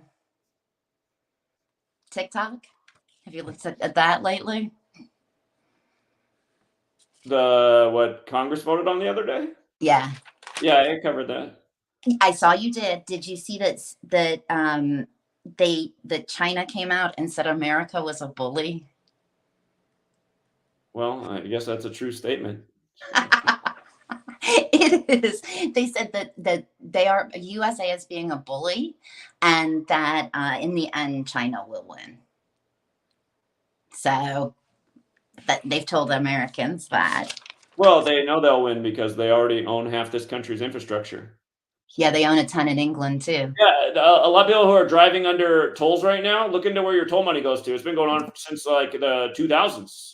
When I was driving under the tolls in Indiana and Detroit back in like 2008, 2009, the person who's living there was showing me how all of that's going to China. That's like hardly any of that money we collect that goes to the States. And it's the reason that's so is because these are the countries that give us all the, again, when we have to create more financial debt, we have to get other countries to loan it to us. We got to pay them back. Yeah. You know how we're paying back China? We're paying them back with interest as you drive your car and get $3 and more tolls each day, or $5 and more tolls. That money just goes straight to China to pay for the loans. And then what were those loans for in the first place? Like needless wars that made the rich people rich, the same ones who also get all the laws in their favor so they don't even have to pay taxes. Like you have to pay the taxes, but they don't. They're making all the money off the war. You're paying for the war. You know, they're just profiting. They get a write-off. Yeah, I made $10 billion this year, and because of my laws, because of my tax bracket, I don't have to pay a damn dime. You guys got to pay for all the tolls. And and again, people are like coming here and talking shit to me. I'm the one trying to wake you up to what this nation's all about and how bad we're all getting sold out, and you're getting mad at me. That's what I don't understand. That's why when I look at the Georgia Guidestones, I say, you know what? 20 years of this shit, I'm saying, bring it on, man. I want to see these people get cleared out. Yeah, well, society has definitely, what would the word be, degraded in the past 4 years. I think it's lost a lot of its humanity in the last 4 years. I mean, we've had a lot of shit thrown at us in the last 4 years, you know? More than the last 4 years, man. You are so correct. I think it goes back way further. Well, you always say the sun never sets, right, on the British Isles. So, I mean, it goes a lot further back than that. But I just, you know, this society, from my upbringing, I grew up in the 80s and 90s. This society's been degenerates the whole time, man. It's a society of degenerates. Well, Zach, I think that you're a highly intelligent person. I think that, I mean, and you always say, well, learn the work. And I've read your books. You're very well written as well. I believe that you're able to just like kind of hold these numbers. And I mean, when I listen to you, sometimes I'm like, how do you remember that? Like, I've got a list here just to call in. And I'm not even doing gematria. So what I don't understand is that type of division. And that type of, I don't know what their problem is. They're not, all you're speaking is the truth, really. Well, so, in the years of all the ranting, which I didn't start out with, I've given a lot of people a reason not to like me, but they should understand why I'm ranting. There's a reason I'm mad and annoyed, and rightfully so, I would say. I would say so as well. So I think it's just, I don't understand it. And that's one thing I see on Twitter more, or ex-Twitter, excuse me, is the British people forming groups and going into, I think they call it a stream now. And they have like 500 people in there. I think a lot of the countries of the world, the people are a lot better at collaborating than we are. I'm sure there's other nations that have similar problems, but we are really bad at collaborating in the U.S. And that's because of the system we grew up in. We grew up in a system where we're put into the state classroom and made to compete with each other, essentially on all levels. Everybody wants to be numero uno. Well, that's the thing. And everyone has such a big ego. No one can admit if they're wrong a lot of times as well. So, and to me, that's very American. Yeah, but my sister can still not admit that. She started out in 2013 that I'd lost my mind and was a schizophrenic, and all this was just the dumbest thing ever. I've been called a schizophrenic. She knows it's not anymore, but she will not. Now she doesn't say anything bad about it. She's like, "Oh, I heard you got the Super Bowl right again." Like, oh, well, I guess that's sort of an acknowledgement, but then she doesn't want to talk about anything. Well, and that's how it goes. You know, I think either people's brains are open to it or they're not. And I will admit, when I first found this work in 2021, it was extremely confusing to me and took me a long time to process and digest. So I mean, but I feel now I feel Daily Mail really helped to kind of make me see Gematria, because they use the numbers just They're one of the worst. You could argue that uh, Daily Mail is the worst, and by the worst I mean the best for decoding headlines and be like, look at what the Daily Mail. It never fails. it never fails. And it really was the ultimate goal, or the ultimate thing, that I was just like reading the articles day after day and just seeing your face and talking about the numbers. And I'm like, he's completely correct. I mean, they just had someone today, and it was their top story, who was 33 years old. And Every day. It's like every day. It's crazy. And I mean, that's really what, besides you, helped to kind of wake me up was, and my nan, my grandmother, read Daily Mail when I was growing up, and 'cause we were in England for part of that. And so to me, I always know to read the articles. Don't trust the headline, just the headline. You have to read it. But that's any place. But it's a little tabloidy, but you make it Definitely. you get a little bit of more fun. You just see how all news is becoming more tabloidy, because Isn't that's it? where the population is. Like Fox News right now tries to do half news, half comedy. They're like trying to be the Daily Show through all segments. Oh, I And know. I mean, Fox News is bringing on comedians all the time. And I got to admit, sometimes they actually bring a guy on who's funny. I'm like, I got to look up this guy. Who's he?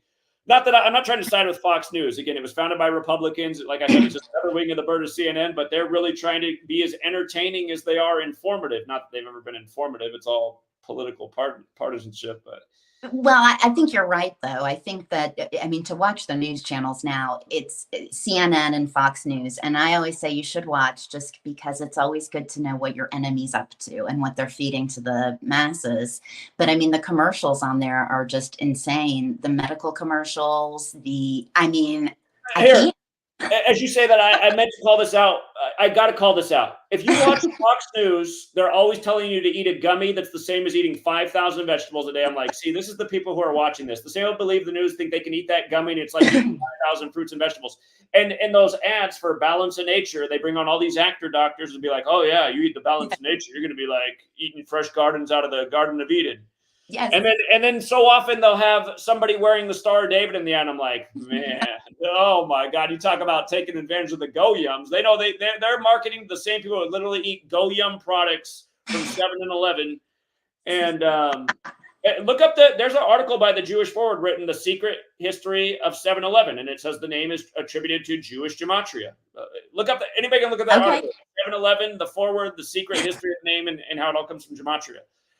Go Yum products is what they serve their people there. But another ad that Fox News does that I know is some kind of scam, even though they make it seem like it's the most legitimate, and I bet they just rake tons of money every day.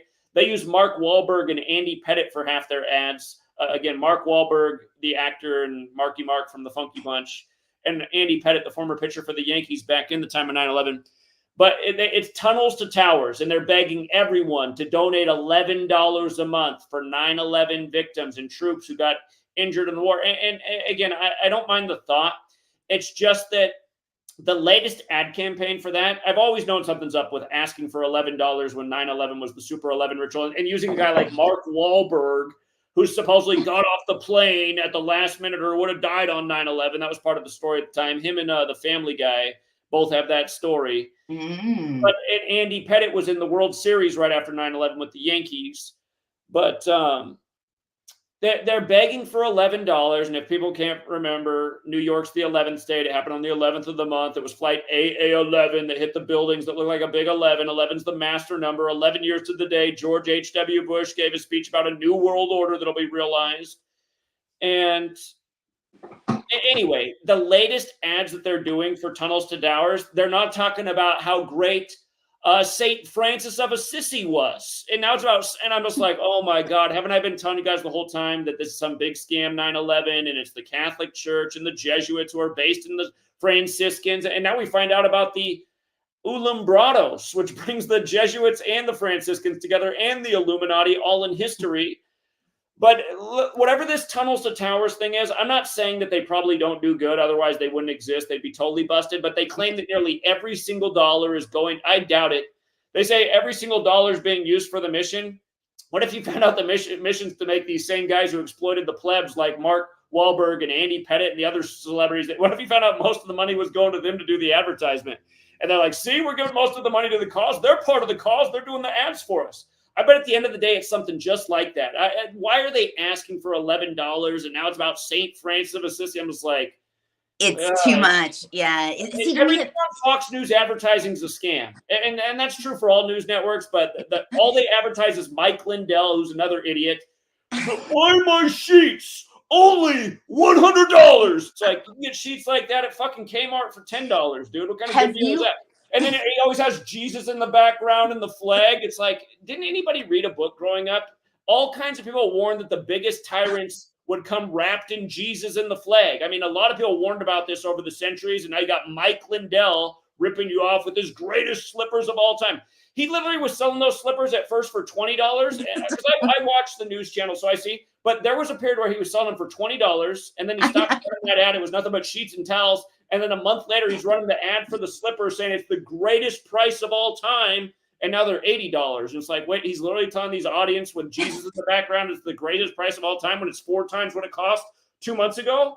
It's like, these people are just taking advantage of dummies. United States of Amnesia, they're getting scammed in every way. They're eating their vitamin gummy. They got their Mike Lindell slippers on. They're watching Fox News. They can't wait to vote for the Orange Man so they can go to be with Jesus in the eternal afterlife. And then they're coming on my video like, I don't watch stuff like this. This is conspiracy theory. But it is a nice thought if you think about it. Like, if you think Jesus is just coming back, you don't have to worry about anything. Exactly. All you have to do is just pray to Jesus and you will be saved. So don't worry about, and that's concerning as a society to think that there are so many people in that kind of mind frame to me. Mm-hmm. But one thing about Mike Lindell, just for the audience, if you want to laugh, Google Mike Lindell Atlanta interview. And the police it's a lawyer who interviews him. And Mike Lindell is absolutely, it is out of control for a man selling such relaxing products, such as slippers and pillows. He really gets his knickers in a twist. I mean, he is so upset. He is just pounded by this attorney who is very kind of forgiving and good at his job, but Mike Lindell loses his shit. It is hilarious to watch. Okay, I'll check. I haven't seen that. I don't. He's a con man. I mean, he gets on there and cons people with Jesus in the background, and that's what bothers me about all the religious people that don't catch on. How many religious cons are there in history? You don't see how you use this religion thing to con a group of people. I mean, Joel Osteen's doing it every weekend. He makes it seem like all Jesus ever talked about was getting wealthy. It's like, it wasn't really Jesus' message, but that's what Joel Osteen's preaching about every day. Oh, it's terrible. But I mean, that's what Q started out as in 2017 was a Jesus kind of thing. I mean, I never really was interested because they seemed so pro Jesus, but I just remember social media in like 2017. Like that coming on to social media and it being very Jesus focused. And I believe those people are now extremely Jesus focused. I'll remind you, we just had the Joel Osteen church shooting by the numbers too, the day of the Super Bowl. Let's not forget about that one. And then they put up the follow-up stories by the numbers so you can see who's got him on payroll. Yeah, exactly. It's terrible. I mean, someone who reminds me of Joel Osteen, but is actually in the United Kingdom is Sadiq Khan. And I think it might be the smile or something about him reminds me very much of Sadiq Khan. I don't know if you're aware of Sadiq Khan. The London mayor. Yeah, no, I've heard Sadiq Khan in the past. Okay, well, he's been in since 2016 he got voted in. And he has just driven London to it's awful. And I think you can probably relate being from Portland. Oh, yeah. Yeah. So, I mean, it's in a really, really bad place. And he came out on, the cameras and he says that he's getting bullied by Islamic extremists. And he started to cry. And the next day they put Ramadan lights up in London and he was there on the microphone celebrating and having a good time just because it is all political theater. And because I do follow a lot of British politics and I've looked into the educations of some of the people in UK politics, and it's not so much it's Jesuit like it is in America. I mean, it's basically everybody's Jesuit educated who's in a position of power. But there, it's these universities I've noticed that go back to, say, the 1600s. And some of them that aren't even the famous ones, say like not Oxford or, the famous ones you hear, just these small London colleges, and they go back to the 16th century. So in my opinion, the UK is a direct link, and I believe you're correct. I don't believe America ever broke free. Did you see what they did with the Concorde plane the other day? No. Well, you should Google New You don't York. use Concords anymore, right? You're talking about the old jets? Yes. Well, I remember it just because in the 90s I flew a ton, and it was the most popular thing. Sure. And I remember being at Heathrow Airport and catching a glimpse of it. I was probably like 15, but they just paraded it around New York City. It was just really weird and really looked very ritualistic. Yeah, New York, planes. Yeah, I Right. didn't realize this. I see it. It looks like it was the headline on Pi Day. Yep, there you go. So I thought that was kind of Well, interesting. you know what that reminds me of? This year, Pi Day was on the 74th day of the year. And of course, the World Trade Centers were on the 74th meridian. We know how special that number is to the cabal. Yeah, so I thought that was kind of interesting that they sort of paraded it around. It just was extremely ritualistic the way they did it. They had the Miracle on the Hudson too. It's just along the Hudson River. So yeah, you have these. Yeah, it just, again, everything they do is like subliminal too. They just want to keep the same ideas in people's minds. They know a story like this. I mean, you got the One World Trade Center in the shop behind it, Statue of Liberty, Miracle on the Hudson, Tom Hanks, 9/11, New York, New Babylon. I see it says weeks 22222. I'm gonna have to look into this. Yeah. I mean, it's just interesting to me how people don't notice it, and I notice things in the media that it just is. But people don't see it. But yeah, so I found that kind of interesting the other day. It definitely seemed like some sort of ritual, especially with all the issues that Boeing's been having. Mm-hmm. They just had like a wheel fall off. I mean, it's like daily for them. Look at the Gematria Concorde. Concorde equals 77, like September 11th equals 77, like World Trade Center equals 77. Again, you had Flight 77 and the 77-foot tall Pentagon on 9/11. Concorde equals 41, like 9/11 happened on 41 date numerology, and Al-Qaeda's 41, like Saudi Arabia. And then the 139 is big number with Freemasonry in this country. America is also 139 and 40 like United States. And then again, USA is 41 and United States is also 77, and the nation's capital is on the 77 meridian. I bet if we look more into this and look from the parallels with 9/11 and the Miracle on the Hudson, I'm sure there's something else here. Well, just with the 7/7, because remember the UK, was that the date that they had the attack, their terrorist attack? Oh, yeah, the 7/7 attacks. Yeah, exactly. Okay. Yeah, exactly. So I mean, there's that to put into it too, So absolutely. Yeah. Yeah. So anyway, but I thought that was pretty interesting. And British Airways Concorde, no doubt. So okay, totally with those 7/7 attacks. Symbolism. Yeah. So I mean, that was a crazy day for them, and that was obviously, to me, they traumatized the public, and then and especially nowadays, I mean, these people who are on these planes who like the door flies off. I mean, as so get a load of this. That story from January 5th with Boeing, which has sent their tanks stocking.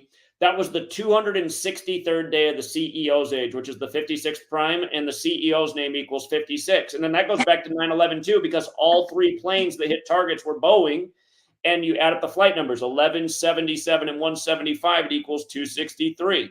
And I'll remind people, YouTube took down my live streams where I went across the nation from Seattle to New York, gathering people. They took down that whole channel. They just deleted the whole channel, even though I had no strikes on it. 263 days after we all got together on September 11th. So even just the way YouTube's playing jokes. But that's not an accident with the whole Boeing thing. It's just like they have to do this stuff to create a story, to manipulate a market, and the tyrants will make a ton of money because they're making money on the way Boeing goes down, and they're going to make a ton of money on the way up. All of these lies and stories and rituals is what puts more money in their pocket. And if you'd say, well, why would the Boeing CEO go along with it? Well, how much is that Boeing CEO making despite the ritual shaming of failing the company even more? How many of you guys would, in the United States of amnesia, would accept to be the shameful Boeing CEO that everybody's going to forget about 2 days after the story's over, while he takes home his compensation package of probably tens of millions of dollars at least, if not in the hundreds of millions? I think most of America be like, I'll sign up for that. Yeah, you can shame me in the news for a year if I get to walk away with that. And that's exactly how this story will unfold. So when Bill asks, it's the same like, why would these sports athletes go along with the rigged game? Because they're making 30, 50 million a year. Like, why do you even have to ask me that question?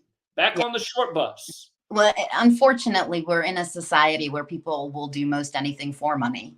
Exactly. Literally. So, I mean, it's a very tough spot as a society to be in, because I think part of their game is they don't want us trusting each other either, and they want us all isolated.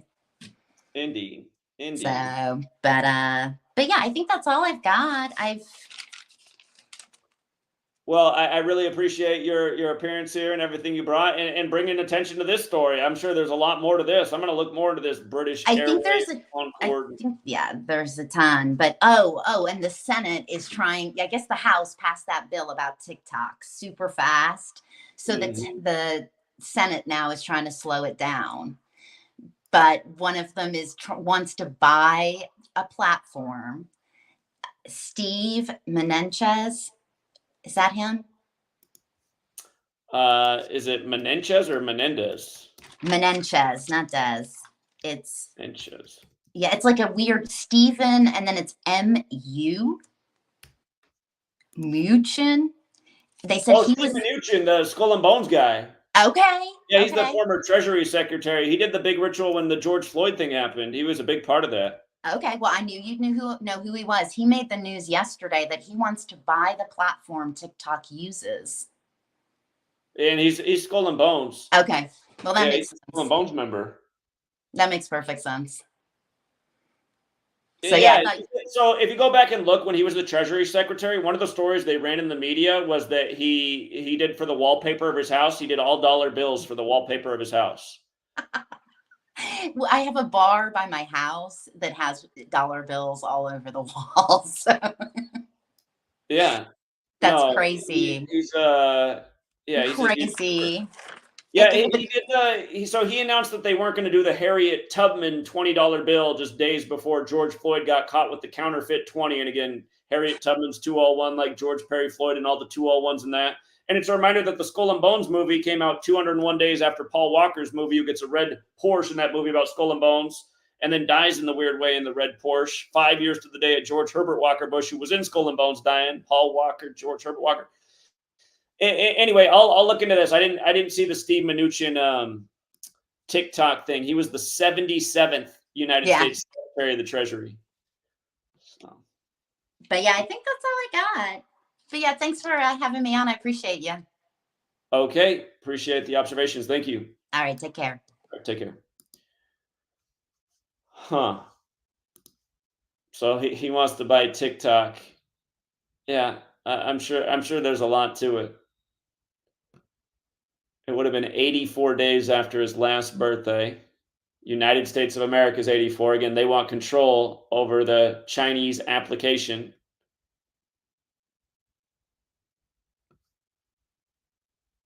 The TikTok vote was 2 days ago. This story broke the day after.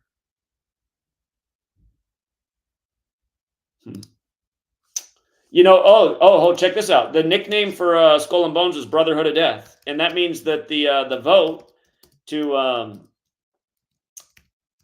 make sure that TikTok. Whoops, I missed. It's supposed to be F, not D. Brotherhood of Death has that 83 in it. It's also got that 187, like Washington D.C., like Society of Jesus, like Ancient and Accepted Scottish Rite of Freemasonry, like George Washington, like Holy Roman Empire. But the vote would have been 83 days after his birthday that created this situation. And then the next day, 84 days after his birthday, he's saying he wants to take the thing over. Again, United States of America, 84. You throw a "the" in front of it. It's 99, like it was named on 9/9, or 144 in reverse, like Jesuit order. And then the 132 matters because the U.S. was named on 9/9, 132 days from the establishment of the Illuminati on May 1st, 1776. So yeah, I'll look more at this Steve Mnuchin thing and this Condor thing. That is the same week that CNN brought a focus on contrails. Unbelievable. Right, yeah. Skull and Bones goes by 322, which goes with who died in 322 in Genesis 322, and Kabbalah's Tree of Life with 3 pillars and 22 paths.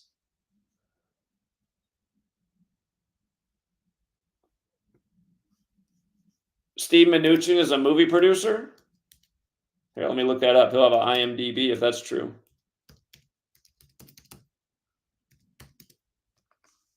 Steve Mnuchin, IMDb. Born on 12/21, born on the winter solstice in New York City. He's a producer and actor known for Mad Max Fury Road. Okay, that's like about the apocalypse. Who's in the original Mad Max? Oh my God, what's the tough guy actor? Oh my God, he did that. I can't believe I must have the United States of amnesia. I watched enough Hollywood. Same guy who does all the Lethal Weapon movies. Mel Gibson, Apocalypto. Got criticism for that one. Apocalypto reminds you about how back in the day governments used to sacrifice people.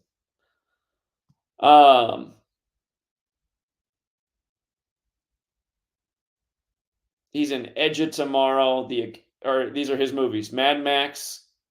What was I saying about Mel Gibson did the conspiracy theory movie by the numbers. If you guys don't know this, I talked about this 1,000 times. Go back and look at how the conspiracy theory movie released on August 8th, 8/8, and 218 days from Mel Gibson's birthday. 8/8, 218 days from the star actor's birthday. Conspiracy theory movie that came out in the 90s, right before things got crazy. Okay, yeah, so he is Hollywood. And he wants to run TikTok. Oh, yeah. It's funny that it's so bad that we're like, is it worse to have our own country live and spy on us or the Chinese? Maybe things could be better in China.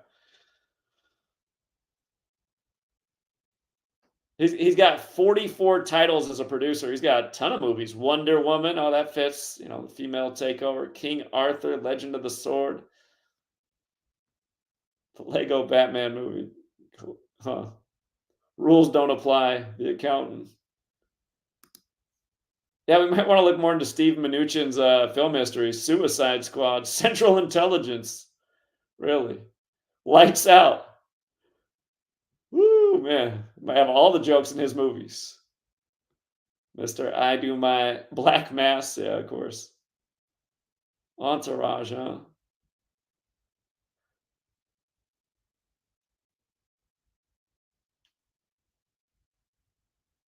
So he got into movies in 2014 and he did all this since then, and he had a federal spot? Is that real?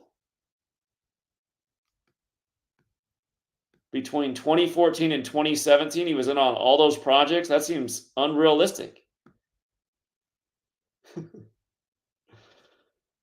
Again, a lot of these actors on the world stage, their names get attached to things that they don't really have anything to do with, like, say, Elon Musk and SpaceX, or Tesla Motors, or Bill Gates and Microsoft, or Mark Zuckerberg and DARPA's LifeLog renamed Facebook, or Jeff Bezos and Amazon. You start looking at all the numbers, you see it was all nothing but ritual all these years.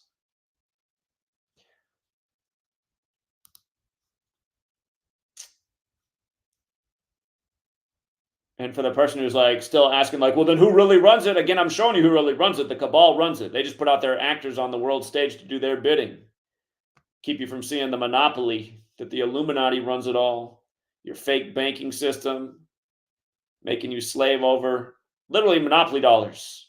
Here, speaking of Steve Mnuchin, the greatest Steve Mnuchin. You know what? It's funny now that he's coming back right before this eclipse, because the best ritual that Steve Mnuchin ever did was auditing Fort Knox on the day of the solar eclipse in 2017. Go back and look. That was the first time Fort Knox was audited in forever. And again, people didn't get the joke, but in alchemy, the sun is gold, right? So on the day that the sun is totally blacked out over America, so the day there's no sun in the sky when it should be there, there's no gold when it should be there. He audits Fort Knox. That's why I'm mad people haven't been helping us out, because our message has been so on point since way before 2017. How we're all getting scammed. Again, the only reason the dollars have any value is because we still put value in them, and we'll still work for them and buy stuff with them, and it keeps us in, you know, what do they put the pig in the barn? A trough? Is that what we're in? It keeps us in the trough. Is that the right word? Maybe that's not the right word. Maybe it's just the cage. The trough's what you eat the slop from. So I think that's the way it is. You eat the slop from the trough and you're in the cage. Or in 2030, they'll call it in meta. In meta, and Amazon will deliver the slop to your door, the red slop or blue slop, straight from Wally. Thank you again, Oscar. I appreciate your generosity. Shout out to Rick James for the subscription. And again, thank you to the beer guy who donated £5 British. 2 hours. And oh, we got somebody who jumped in the room. Tony, what's up? Hey, what's up, Zach? You can hear me? Loud and clear. I know you didn't do TFR on Wednesday night, but I wanted to make. Did you watch the last TFR that I did? I mean, I pretty much explained why there'd never be another TFR episode again. I know, but I thought you would usually put out a video on your own during that time. I will start. Yeah, I got some big news this week, so I had to end up doing something else on Wednesday night. All right. I hope this is not really off topic, but I wanted to make this point quick. Since you've been doing this for the last 10 years, out of all the sports championships, I have never seen the fans got shitted on more than the Kansas City fans. You mean with the shooting thing? The shooting thing, the fentanyl, the cold game. Now, did you hear that people getting limbs amputated because of the frostbite and stuff? I'm like, get the fuck out of here. Really? No, yeah. I didn't know that. Well, we explained this 1,000 times. You win a sports championship, it might be a fun moment, but then there's always some kind of negative story that comes with it. Everything's a give and a take with the cabal. But out of the last 10 years, you never seen this much stuff happen to the sports fans, right? Well, I'd also here's how I'd point it out. I mean, the sports championship that matters more than any other is the Super Bowl, and the Chiefs just won 2 in a row, something that hadn't been done in 19 years. And so maybe, that's like the biggest accomplishment in the time we've been doing this. So it also comes with the biggest consequences. I never see 3 fans down fentanyl with Patrick Mahomes jersey. Right. Then you have the shooting at the parade. Then it was the cold game. Now, a couple months later, now people get their fingers and toes cut off. They had to give up Norma Hunt and Len Dawson and a whole bunch of other people along the way. And who just died? Mr. Washington for the Kansas City Royals. And I mean, there is a lot. So I just wonder, any other time that you've noticed it like this? That's what I'm saying. Maybe not. There's been some bad things that have happened, but I don't remember a mass shooting this bad. They did say there was a shooting at the Eagles parade, but it wasn't as big of a deal. It wasn't as big a deal as this Kansas City one. Right. It wasn't. But you didn't get 3 dead Eagles fans overdose of fentanyl. Right, and or Patrick Mahomes' father getting his 3rd DWI. Exactly. Right. You still there, Tony? Yes, I'm still here. Okay. All right. What else is going on? There's one more thing that caught my eye. It caught my eye. I had it for Wednesday, but let me see if I can bring it back up. Yeah,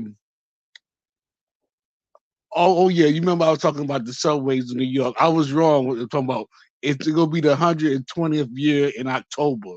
So it's like 119 and some months right now The Oh, New it's at York subway. 119. Okay. Yeah. So that's why I'm thinking of doing is having all this subway Yeah, in the planes, news trains, right and now. automobiles. Planes, trains, and automobiles. R.I.P. John Candy. So yeah, now they're going after the trains while it's 119 years old, like 11th day of the 9th month. Yeah, that makes sense. So they love the. I see in New York, we love the 11 and 9. I see for some odd reason. Mm-hmm. Anything 11 and 9, it gonna be some propaganda behind this shit. Mm-hmm. Indeed, indeed. Yeah. And there was one more topic I wanted to talk to you about. Oh, let me see if I can think about it quick. Like, was it so I know as soon as I get off here with y'all, I'm gonna remember what it is. Well, you can always come back. I'm going to stay on for a few more minutes. I'm going to tell a story. I've been debating on if I should tell people. I feel like I got to tell people. So I'll tell a story in a minute.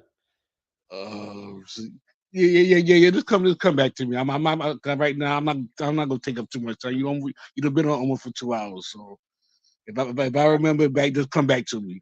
All right. Yeah, you can stay in the back room and then, yeah, I'll come back to you in a few minutes to see if you remembered it. Okay. All right. All right. So, hey, first of all, shout out to Sarah Sutherland. Sarah Sutherland, all your generosity in the past has not been forgotten. And I've told you, you're way over your donation limit for any lifetime. But I do appreciate your generosity. Again, Sarah Sutherland reminds us that there's not a lot of givers in the world. There are a lot of takers. She's, she's just so generous, and there's so few people like her. But thank you again, Sarah. We got D26 on, so maybe my story will have to stay postponed. What's up, D26? Oh, I brought him on and then he hung up. Does that mean I'm supposed to tell the story? D26, I wasn't meaning that you had to go off unless your connection just dropped. I have to go get something, you guys. I have to go get something to tell you the story. I've only worn it one time on camera to see if anybody would notice, and nobody noticed. I didn't see any comment, or if somebody did notice, Google got rid of their comment. But yeah, I'm going to tell you guys a story because I did have an event this week in my life, and Sweet Lady doesn't really want me to talk about it. But I got to talk about it because you guys are also kind of like my family. And things are definitely going to change in November. I'm going to have a big difference in my life come November. So hold on, I'm going to tell you the full story and what I've kept you guys in the dark. And I'm going to tell a weird part about the story too. Well, there's a few weird parts about it, but yeah, it's just there is an organic side to this knowledge. And just like how I closed my books, I'm closing this stream with a story about the organic side book. 1 second. And you know what? I think I'm holding a mic that's not even turned on right now because I switched over a while back. Funny. Here, I'll go. Now it's back on the mic. It should sound better. All right, hold on. Sit tight. I'm going to be right back.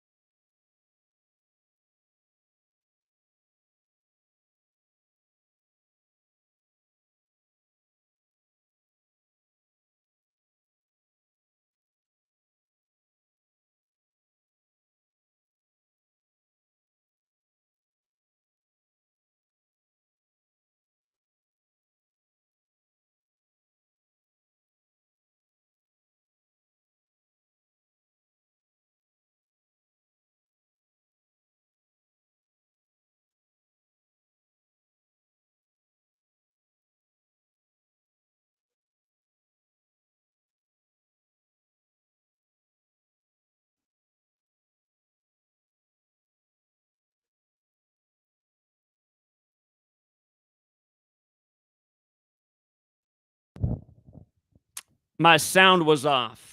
Telling the story while the sound's off. Have you guys figured out what story I am telling yet? I'll tell it all over again. Okay. God, I can't believe the sound was off. Switching the mics too much. Okay. So to rewind, I was saying how two things that have changed since I first started. There were two things that I said about my life and what I saw for my future when I first started this work. Just talking like how I talk about things sometimes outside of gematria and just like what's going on in my personal life. I was talking about then as a 30-year-old, how I didn't see that in my lifetime that I would probably ever get married or have children. But I also was talking about back then how I was with Sweet Lady and I might be with Sweet Lady forever because I just knew Sweet Lady was a diamond in the rough. And by the way, do we have sound right now? Let me make sure we got sound.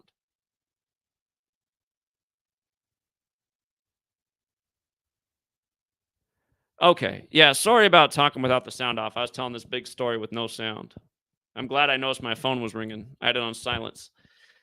But okay, back in 2013 I was saying like I don't ever really want to get married because it's like this institution of the church in the state and I feel like people should just be together, because they love being together and they care about each other and you don't really need this extra certification of marriage. And I don't know that I actually really feel any different than that. But what I was saying is that, Sweet Lady and I, we've been together forever. And in 2018, she felt like we needed to get married. And part of the reason for that is she was like not being totally forthright with her family because they would not condone her living with another man if she wasn't legally married. Like her family are devout Christians. And she'd been living with me since 2013. But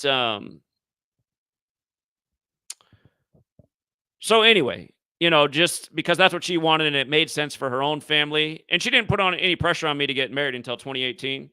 But we got married, right? So we've been married since 2018. And I don't normally talk about this. I just talk about Sweet Lady. And anyhow. So in the time we've been married, she wasn't sure all these years if she wanted to have kids. Just like I've always known that I like kids, but I'm not sure I want to bring kids into this world. So anyway, last July, she decided like she really wants to have her own baby. So she was like almost a year into working and she's starting to think about her age and, like she's in that age where like if you want to have a child, it's really a good time to get it done when the age she is right now and, approaching her middle of being 30. But anyway, the thing that was so weird is, again, I was saying that I was surprised at how long it took. Obviously, where I'm going is Sweet Lady found out she was pregnant this past week officially. And I was actually starting to wonder if one of us had a problem and that we couldn't get pregnant because I was like, does it take this long to get pregnant when you're trying to from July to this long? But anyhow, she found out she's pregnant on March 12th, right? That was the day she found out for sure she was pregnant. She went and got checked out. And the expectancy is like mid-November. I'm going to die. What's going to blow my mind is if like the child ends up being born around, like if the child's born on November 15th, it's going to blow my mind because that was like the worst day of my life. And it was the only time Sweet Lady and I weren't living together since 2013. Her and I were going through a little bit of a feud and neither of us were sure we wanted to stay in the relationship at that point. And I got her an apartment not far away so that she could be on her own and we'd see how it felt being apart. And we weren't apart that long, but the first night I went over to visit her at her apartment, she really wanted me to come over that night. Was the night I wasn't home and my house got ransacked. So the night my house got destroyed, November 15th, 2014, was the first day that I wasn't at home at my own house at night while I was running my business out of it. And I wasn't really gone for that long of a time because I was like at her place from probably about 1:30 in the morning to about 6 in the morning because I worked all the time back then. But that was enough of a window for the house to get ransacked. And anyway, it would just be weird if all these years later we end up having a baby on the anniversary of that day. But in a way, it was almost a good thing. I lost like everything. But what it showed me is because I had my mom and my sister and all these people in my ear saying that they thought Sweet Lady was just around me because she was a gold digger. Because back then I had a good business and made good money, and I didn't feel that way about her at all, but I had everyone in my ear telling me the same thing. I was like, I don't think so. But then it proved all of them wrong, because then when I lost everything and I literally had nothing, she didn't care, and she was just as loyal as ever. And so in a way, even though we lost everything material that we had on that day, it strengthened our relationship. And again, it was all part of the journey and story, I guess. But now I'm just thinking, okay, we got a baby due around the time of that anniversary. And what I was also explaining why the mic was off is that years before we got engaged and married, we were at a store. I want to say she was getting like perfume or something, but the guy's name was Ace, who was helping us. Ace. And he was like this real suave Hispanic guy, and he was real smooth and knowledgeable with his job.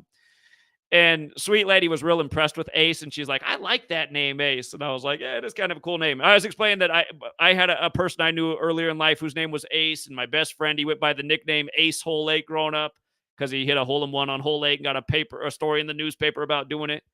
Shout out to young Ben, wherever he is. Young Ben got on ESPN for hitting 2 hole-in-ones in a tournament. Where's young Ben at? But anyway, the weird thing about her liking this name Ace and saying if we ever have a boy, she'd like his name to be Ace, is that we've been together for over 11 years now. It's like 11 years and change. And now we have a baby due in the 11th month. And of course, in cards, an ace is a 1 or 11, right? A lot of card games, the ace is an 11. And then I was thinking about how she got, again, I just have to look at everything through the gematria lens and like the organic side of things. But she found out on March 12th of this year, which is a leap year, which is the 72nd day of the year. And notice March 12th is fitting to find out that you're having a baby, which is interesting. But it's the 72nd day of the year, right? And she's always wanted a boy named Ace. So I'm just like, how wild is that? How wild is that? And then I'll tell you the other thing that's just a trip. So just like the roller coaster of life. Remember, one of the things that intrigued me about Sweet Lady when I met her is, again, she really, when we first started dating, she really wanted me to read the Bible, because the only thing she really wasn't sure about with me is that she didn't like that I wasn't Christian. And she understood that I was raised Christian, but she didn't like that I didn't identify as Christian when we first met. And so I started reading the Bible, and I was glad I started reading the Bible because it started reminding me about what I used to ask when I was a kid, like, what's with all the numbers in the Bible? What's with these specific numbers? I remember being a kid and my Sunday school teacher couldn't tell me. And then I've been thinking about how, like, for the last decade or so, I'd been thinking about just all the number rituals from 9/11 to what I was seeing in the news. And so that experience with Sweet Lady also kind of helped me look more into what's up with numbers, and eventually leading me to this gematria thing. But then the other thing about Sweet Lady that I liked when I met her is her birthday was George Orwell's birthday. Some of my favorite authors were George Orwell and Kurt Vonnegut and Herman Hesse and oh God, I can't think of another. The guy who wrote Catch 22, I can't think. Joseph Heller and some Hemingway. And I have Ernest Hemingway's birthday, but I thought it was funny that Sweet Lady had the birthday of George Orwell, because Sweet Lady's from Burma, and George Orwell's first book is Burmese Days, right? And remember, you guys might recall at the beginning of 2021, my first post on Twitter was there was going to be a big War 21 ritual in that year, and it ended up happening on February 1st with the Burmese military overthrowing its government. And then we were going back and looking at all the parallels with George Orwell. Captain Tom of the Burma campaign died the next. It's a lot to explain, but Captain Tom died 56 days after Maggie Keenan got vaccinated, and he died from COVID, where Maggie Keenan's 56 and coronavirus is 56 and COVID vaccines 56 and Burma campaign's 56. Again, he was remembered for the Burma campaign, died 56 days after the Maggie Keenan thing, died in a 201 ritual, 201 days after being knighted by the Queen. Anyway, the reason all this matters is because, again, I was just blown away when the biggest Jesuit war ritual in the world went down. Hold on. Sweet Lady's calling right now. Hold on.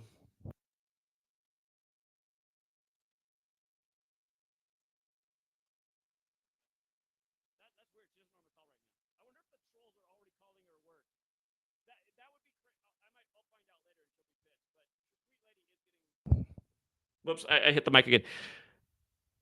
I didn't pick up fast enough. I'm worried that what's happening are the trolls are harassing Sweet Lady's work right now. Because anytime they do, she calls me right away and she's like, Hubbard, you're making them harass me. That's how bad it is that we have trolls that harass Sweet Lady at work. But anyhow, the whole organic side, and again, it's about like there's something more to seeing it. It's like manifestation. It's like focused on things. Sweet Lady's been focused on a baby named Ace for a lot of years, and now it like just couldn't be any more Ace. Again, even going with the 72nd day of the year. So it's just there's a reason why I've ended both my books with the organic side to remind that there is some kind of power in these numbers, and that's the other thing that's wild about Sweet Lady too. Sweet Lady comes from a family in Burma where her grandmother was like the good witch for the village, did the healing. A lot of animals out there will get injured, attacked by another animal, but survive. Then the witch doctor, her grandma would go out there and speak the right words and, put the right ointment together to nurse the animal back to health. Occasionally having to do stuff like that with people. Again, she's from Burma, which is like third world. But you realize that third world that we think is historic and nonsense, it's like, well, maybe there really is something to it. The power of words, vibration, energy. But yeah, for Sweet Lady to come into my life and then, learn about this knowledge and then just watch all this crazy stuff unfold, the huge war ritual again, you look into when Burma's government was established in history, they got overthrown by the military. It was established on September 27th in history, which is the day the Jesuits were recognized by Rome. And again, the Jesuits have been all over the Far East, stirring up wars and civil wars. Again, because they know they divide people, they create chaos, they can gain power in those situations. It's like in the time of the pandemic, a lot of people lost their livelihood, their jobs, their businesses. But the organized cabal, the Jeff Bezoses of the world, and like how Jeff Bezos was 56 in the time of 2020, in the time of the COVID billionaire pandemic takeover, their power expanded. So anyway, yeah, November, there'll be a young person in our life. It remains to be seen if it's a boy or a girl. But a part of me is like, I feel like she's already manifested the little baby boy Ace. She's really hoping it'll be twins. And, that'd be crazy if it was twins. But yeah, so anyway, that's the big life announcement over here. And like I said, what I'm going to have to do between now and November is do all the things that I have not gotten done. I need to get the big book finished. I want to start pumping out children's books. And, it's also a perspective thing because I'm thinking about, okay, so, going to have a little, by the way, that was the one other thing I was saying is when I first started, I've always loved kids and I like working with kids. And that's why I spent a lot of my adult life with kids. But, I was never really sure that I wanted to bring a child into this world as bad as things are. Now I find it funny that we're going to be getting a child on the doorstep of 2025, which is the year I've been very much focused on since I started this work in 2013, because a lot of things have always pointed to that year. And I'm like, how interesting is life? Going to be an old grandpa dad. I'll be 41 years old when that child's born. And, but yeah, right before the year starts, and just again, if you go back to my videos in 2013 when I was talking about these types of things, I was saying like, I want to see the world change in the future so I can feel confident about having children, that the world is heading in a better direction, and there's not going to be as much tyranny and darkness and needless fear and war. And it's like that's not what it is, right? I mean, it's like there's more of it than ever. Things have not changed yet. But, yeah, I think ultimately it might make it so I don't have as much time in the near future to dedicate to the work as I have had. But it's going to make me better with time management and trying to be more effective and doing more with less.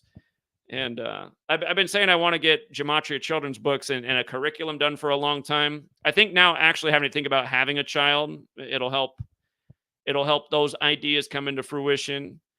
And so, yeah, anyhow, I anticipate that from now until November will be the most productive period in the history of Gematria periods. And yeah, I hope I hope that the work, I really hope that the work that I accomplish in the next less than a year does create a spark. And I'm asking for all the people out there that know about this work and know there's relevance to it, that don't speak about it, that won't share it because they're worried they're going to get demonetized or deplatformed or clamp down on the algorithm. Again, I mean, think about the consequences of the world not changing and it just continuing as it is. I mean, isn't that really the scariest thing that could happen? And again, just the fact that we put so much value in money and wealth, when really that's not what brings happiness or health in life. I mean, so anyway, that's what's going on over here, Truth Seeker. Big news this week. And sweet lady, as I did mention, she didn't want me to talk about this. And I haven't really talked about our personal stats. Like, you know, I was saying when the mic was on mute that one time in a video, I purposely wore this ring to see if anybody would notice, and nobody noticed. And it was on camera a few times with my hands, but nobody noticed. Anyhow, yeah, I've seen people over the years just arguing over the silliest things in the comments, if I'm married or not. It's like, why does it even matter? And again, I've been with Sweet Lady since before I started this work. I intend to be with Sweet Lady for the rest of my life. And now, you know, we got another responsibility besides just ourselves. But yeah, anyhow, thank you to everyone who will help me stay focused and accomplish all the goals that I planned. Multiple children's books, the big book finished, the podcasts out there regularly. I got to really make things, you know, happen.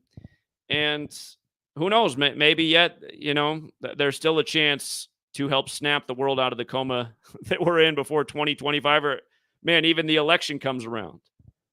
Be something if by inauguration day, you know, the streets were full of people. See, that's what I'm thinking about. I was thinking about how I said I was going to be in DC for November around inauguration time. Well, that's when Sweet Lady's due now. So I might have to get Sweet Lady on board with getting the idea of getting out to DC and trying to make a big splash before the election and inauguration day, before the time period where she's due. So anyhow, we got to ace the next year for young Ace, I guess is what I'm saying. So yeah, here's one more thing. I have a Gmail for submissions, GematriaEffectNews@gmail.com. Gematria Illustrated, like Sports Illustrated. GematriaEffectNews@gmail.com.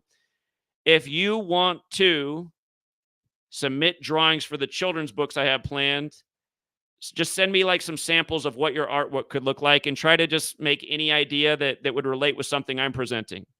You know, again, a picture should be worth 1,000 words. I'm always trying to teach about 201 and the Jesuits. And if there was a drawing for this election, how might you put Biden and Trump in a photo and, you know, make the message of 201 more visually stimulating? Is there a way to do that? Again, a lot of people have a lot better artist mind than mine, but yeah, I want to get out children's books on 201, 74. My idea for the children's books is to just state a one number. A short book on 201 throughout history, past to present. Short book on 74, past to present. 56, you get the idea. 33. Teach about certain numbers and their historical relevance, all of their relevance. Language, spiritual, history, sports. You know, there could be a children's books also on the subject, and maybe if they cover more than one number, they're about a person. They're about Kobe Bryant and his premature demise. Could be a lot of star athletes and their premature demise. Len Bias, that could be one for people who forgot who Len Bias was. They had to clear him out of the way for Jordan. You know.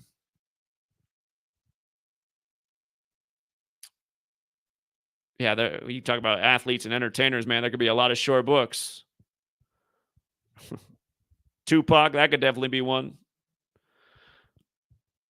But yeah, teach a point. Just like how a lot of children's book series have an idea, you know, like Dr. Seuss tries to make language fun, rhyming, giving children an interest in language through being clever with rhymes, right? It's fun. This book series is about imparting knowledge that allows a child to not be manipulated by the Matrix. Like, again, just keeping on a children level. Like right now, I'm experimenting with the 201 book. You know, children are into stories of like monsters. So if I talk about a story of the 201 monsters and how they cleverly encode 201 in every scare tactic that they use to get more control over humanity so they can exploit them more and more, and then give all these big examples in history of big scare tactics in 201, you know, that's the Scary Monster 201 book. And then you kind of reveal that, like, who these scary monsters are. You take off the mask in the end. You know, the beginning, it's people in masks that are the scary monsters. They got like 201s on their forehead mask or whatever. But then by the end, the mask is off, and you see it's these characters on the world stage. It's Gavin Newsom. It's Bill Gates. It's Mr. Cuomo. It's Donald Trump. It's Joe Biden. It's Joe Biden standing on the graves of his family with 201 on every casket. You know what I mean? So Donald Trump burying his, Donald Trump, he's digging up the dirt and throwing on his wife on the 201st day of the year. So the 201 monsters. So, yeah, I'm experimenting with how to write these shorter books. And the thing is, I mean, you write books for children, you're connecting with the adults who are going around with all the cartoon t-shirts on, you know. One of my trolls, the poor guy, he finally took a break from trolling me because his favorite cartoon artist died by the numbers.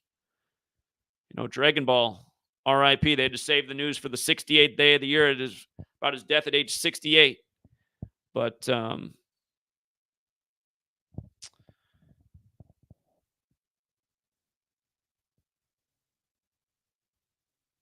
yeah, and the same guy's probably the guy that just got on the phone to call Sweet Lady's work because I guess it pays to troll.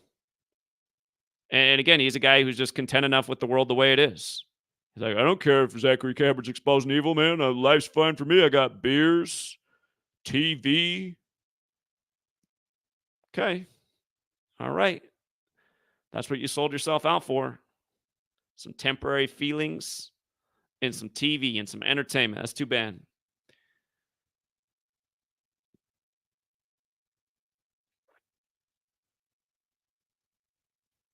So, yeah. Anyhow, November. There should be a lot of new things by this coming November, and it's a real deadline. Thank you for letting me know I was muted. I didn't see it in the chat. I didn't have the chat up. Apologies for that. And shout out to Nathan. He says, huge congrats to the family. Evolve with the time. Stay sharp. Cheers, brother. Yeah, again, it's a really ironic timing.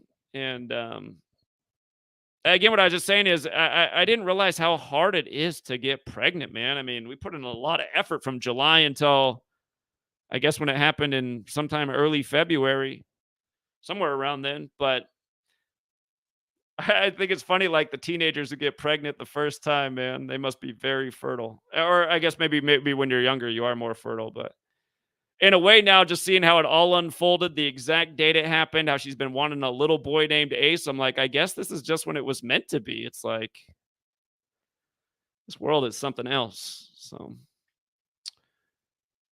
anyway, I shared this at the end of the video because I'm not really going to talk about this on other videos.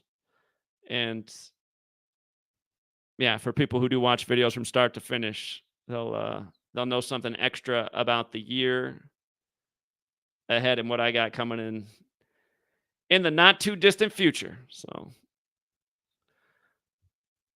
thank you, the real CJ. Yeah, I appreciate it. I wish it was like I said 10 years ago, man. I wish I was having a child and the world was on a better path and well on its way to it. But like I said, good people have to raise good children. That's also a part of changing the world. So that'll be part of the journey from here on out.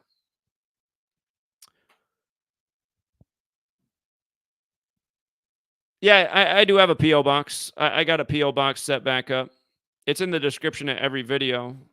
Again, if you go on, let me see. If you go, well, it's not on, for those of you guys watching on Gematria Effect News 22, it's not on there, but it is on Gematria Effect News 25. And those of you guys watching on Twitter, it's also not on the Twitter. It's on my Gematria Effect News 25 channel. But if you go to the description, it's in there.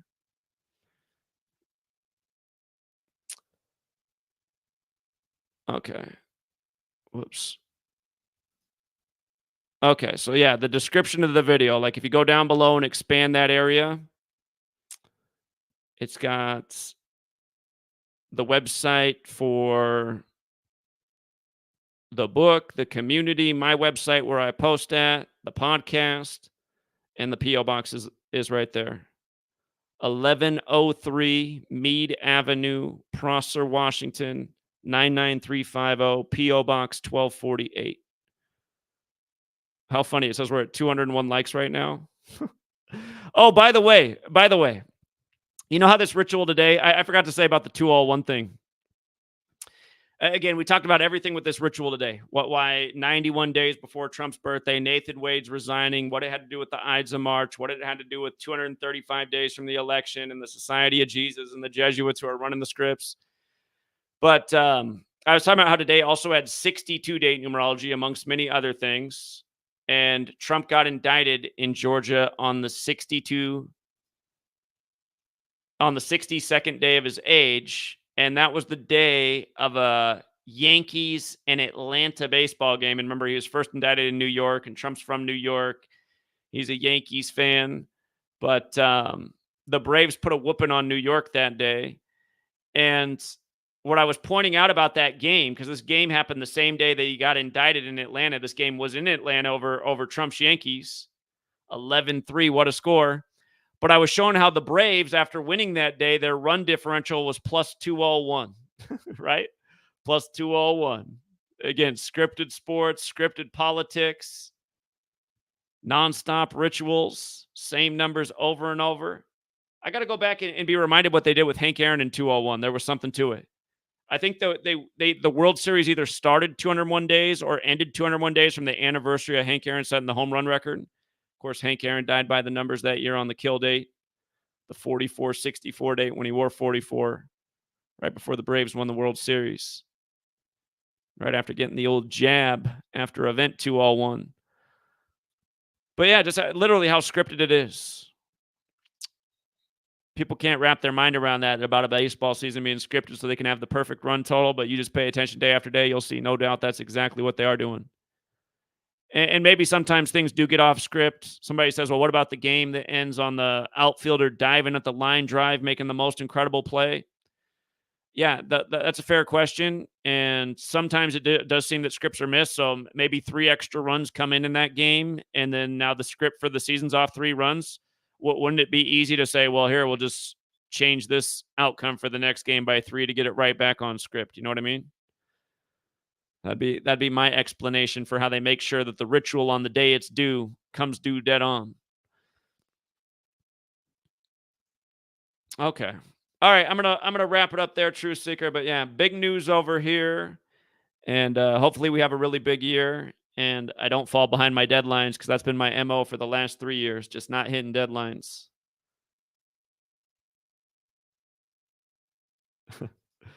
D26, you don't need to be giving any donations, man. He says, Zach, can I please call the kid as my baby bro or sis? Sure, yeah, you're his Gematria god uncle in India. Absolutely. Yeah, I forget, since I was talking for 5 minutes with the mic off, what all I said while the mic was off and what I said while it was on, but I think I told the story about while the mic was on about just the ironic thing if it does happen on November 15th. I appreciate that, 13 Serpents. Thank you again for your generosity. And you know, the other thing is too is like, isn't it funny being a parent in the social media age where, like, see, just imagine a world, like a future world where, like, let's say little Ace, he's like age 10, and the kids at school, they found the Sports Gematria channel. They're like, Ace, look at the horrible things your dad said. Because if you guys don't know, I have a troll who's been screen recording me every day since 2015, like literally every video. And he chops up and edits, like, to put the worst of my rants together. And sometimes even does a little video editing and splices things together. One of the trolls was playing one of those splice videos, which changes the words that I said. But I was like, isn't that unfortunate that in the future, like little Ace could be having to watch the worst of his dad made by just a super hater who took everything out of context just to try and make somebody look bad, like a political campaign. So yeah, someday I'll probably have to explain to little Ace not to be like dad. But yeah, well, if it's Sweet Lady says it's going to be twins, so anyway. The Ace thing seems too destined. In a way, I'll almost be blown away if it's not little Ace in light of all the 11.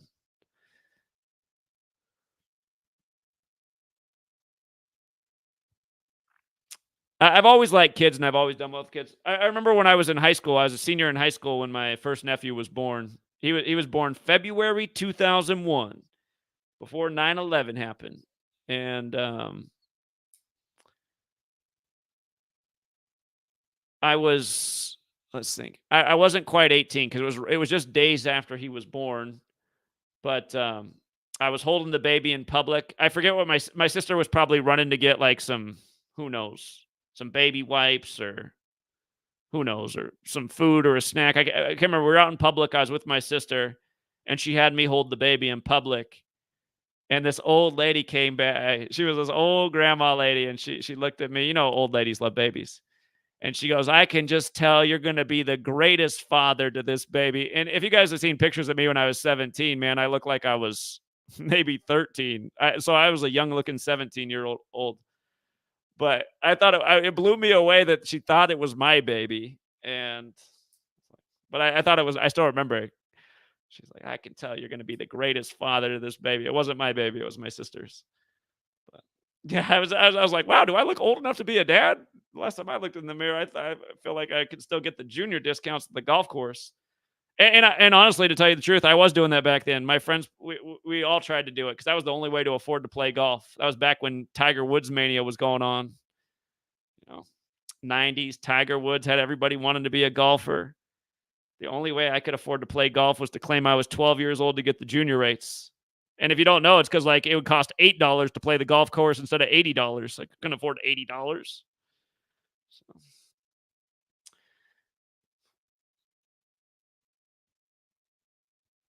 All right, True Seeker. Let me see if Tony's thought came back to him. He's still in the back room, and then we'll wrap this thing up. What's up, Tony? Yeah, you can hear me, Zach. Yeah, what's up, man? That's crazy. You talking about the 11, and I was just telling you about the subway system of 11, and we just talking about 11 and 9, and I'm in New York, 11th state. Indeed, indeed. Indeed.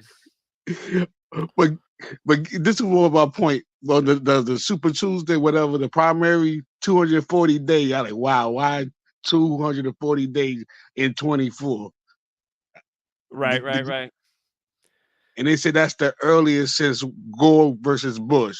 So you know it's gonna be some fuckery.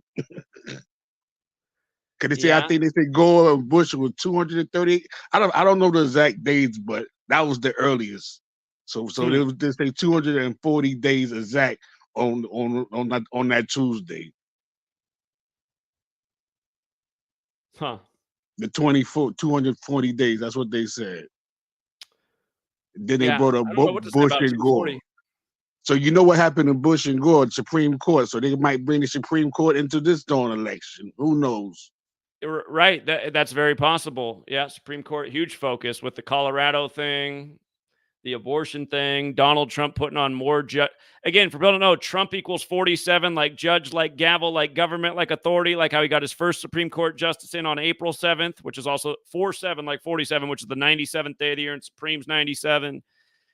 But you had the whole Antonin Scalia thing, him dying on the 44th day of the year in the time of number 44, Obama out hunting with his secret society pals down where Dick Cheney shot his friend in the face. God, there was a huge you know what? There was a huge 225 thing. I have to go back and look at what it was. 225 was a big part of the Antonin Scalia death. And it just reminds me how it's similar to 2025. So, yeah, maybe the Supreme Court. The Supreme Court will get involved just like Bush versus Gore. It's going to be something.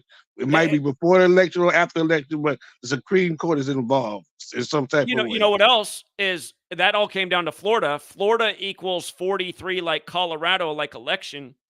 And remember, the decision was on the 4th day of the 3rd month, the Supreme Court overturning, and they overturned Colorado State Court's 4-3 decision. And Bush became the 43rd president. And you know what else equals 43 is Civil War. And 43 was a big number with Lincoln's election and the start of the Civil War. That's a big number with Lincoln, 43. And they got all this Civil War stuff going on. So, yeah, they could pay tribute to history in several different ways. And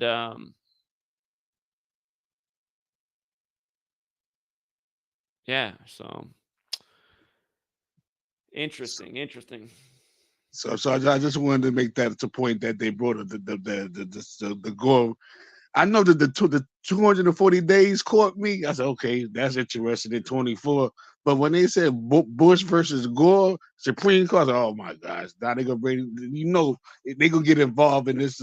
They already involved in it, but I'm just saying it could get to that point with the fuckery. That's what I'm saying. Yeah, I think it can get to there and a lot further. It's all like a steam pot building more pressure all these years as the narrative gets closer to fruition. So, yeah, that they're putting out that new Civil War movie on the anniversary of the start of the American Civil War, and it's going to come out 322 days after Scott Garland's birthday. Again, they put out the trailer for it 201 days after his birthday. Now it comes out 322 days later, and again, it's like Skull and Bones has the 201 and the 322 connection, and Skull and Bones is connected to the Templars like the Jesuits is connected to the Templars. So. Yeah, that's it. I just wanted to make that point about that when they said that. I said they just didn't say that just to say that. Because nobody was thinking about Bush and Gore right now. Yeah. It makes sense. So, anything else, Tony? Nah, it's just crazy. I'm just the organic things with all the 11s. This is just crazy. Indeed. It's that blew my mind right there with all the 11s right there, the organic side of it. Yeah. All right. Great observation as always. I appreciate it, Tony. All right, you have a good one. Yeah, you too. Take care. Okay. HD's Quality says, saw your Civil War movie post. Wanted to add there's another movie poster of a scene in New York with 19 helicopters in the pic. 19 months ago was 9/11's 21st anniversary. War equals 21. Civil War 119. Of course, Chaos 19. Yeah, interesting. And then, the other possibility is that things never get as extreme as the propaganda shows us. Maybe there never is a full-blown civil war where Americans are shooting and killing each other. Maybe it never comes to as bad as there being a total blackout on the nation. Maybe it's that it's more about symbolic. Maybe it's just like a total blackout on information and truth in this world, because we're not too far from that already. And maybe it's just a world where like people literally are just so divided that just humanity is just like permanently broken, I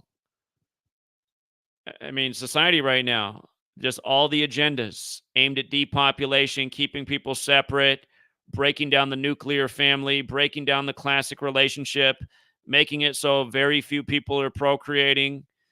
And yeah, that was the other way I started to look at myself too. I was like, well, they don't want people on this earth. So I suppose if you're not having children, you're participating in that agenda. And again, there's a lot of ways they're making that happen. But when I started, I wasn't sure that there'd ever be a little truth seeker. So, and again, we got to make sure that we're blessed and, everything comes to pass, because we also live in a world where there's just more and more miscarriages too. And Sweet Lady's very healthy, so I highly doubt that that's going to be a problem here. But again, miscarriages, all these medical advancements and all these ailments in the world, just so many stillbirths, miscarriages, cancer at younger and younger ages. And meanwhile, the people who are trying to point out everything that's wrong with the world are getting laughed at and ridiculed by the people who are just not thinking about anything. How can we be so technologically advanced and be dying from disease and illness at greater and greater rates at younger and younger ages? What's really going on?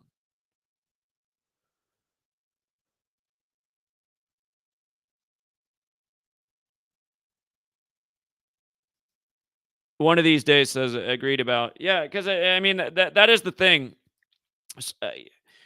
It remains to be seen what the future holds. I mean, they could do something as catastrophic as turn out the power and unleash a full civil war. It's not out of the question. It's just so often the propaganda is symbolic about what they do to us, but it's never as extreme as what they show. And a civil war is about a divided society. We're a very divided society right now, and you remember when there were articles in the mainstream about how many divorces happened over the Trump presidency, just how divisive he was for the household.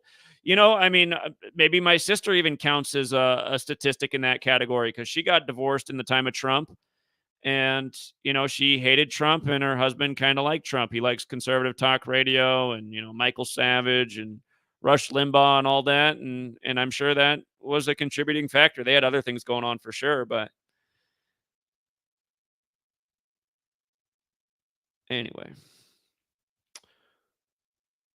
All right. I appreciate the nice compliments, but yeah, I also need to get back to work because time is short, man. November is going to be here before you know it. So my checklist of what I'll feel successful about: at least 4 children's books, the main book, and we got the podcast rolling. All those things need to be going by the time November rolls around. It's a lot to do, but it's feasible, and it might mean a little bit less YouTube because, again, I'm super loyal to all the people on YouTube. But notice, you guys, we can't grow the work on YouTube. We're not growing. We've plateaued for a long time.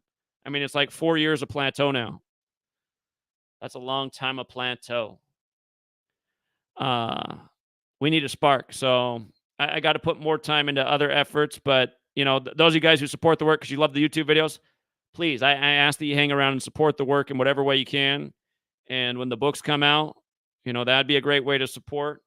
I haven't had any books sell many copies, but maybe these children's books will finally change things.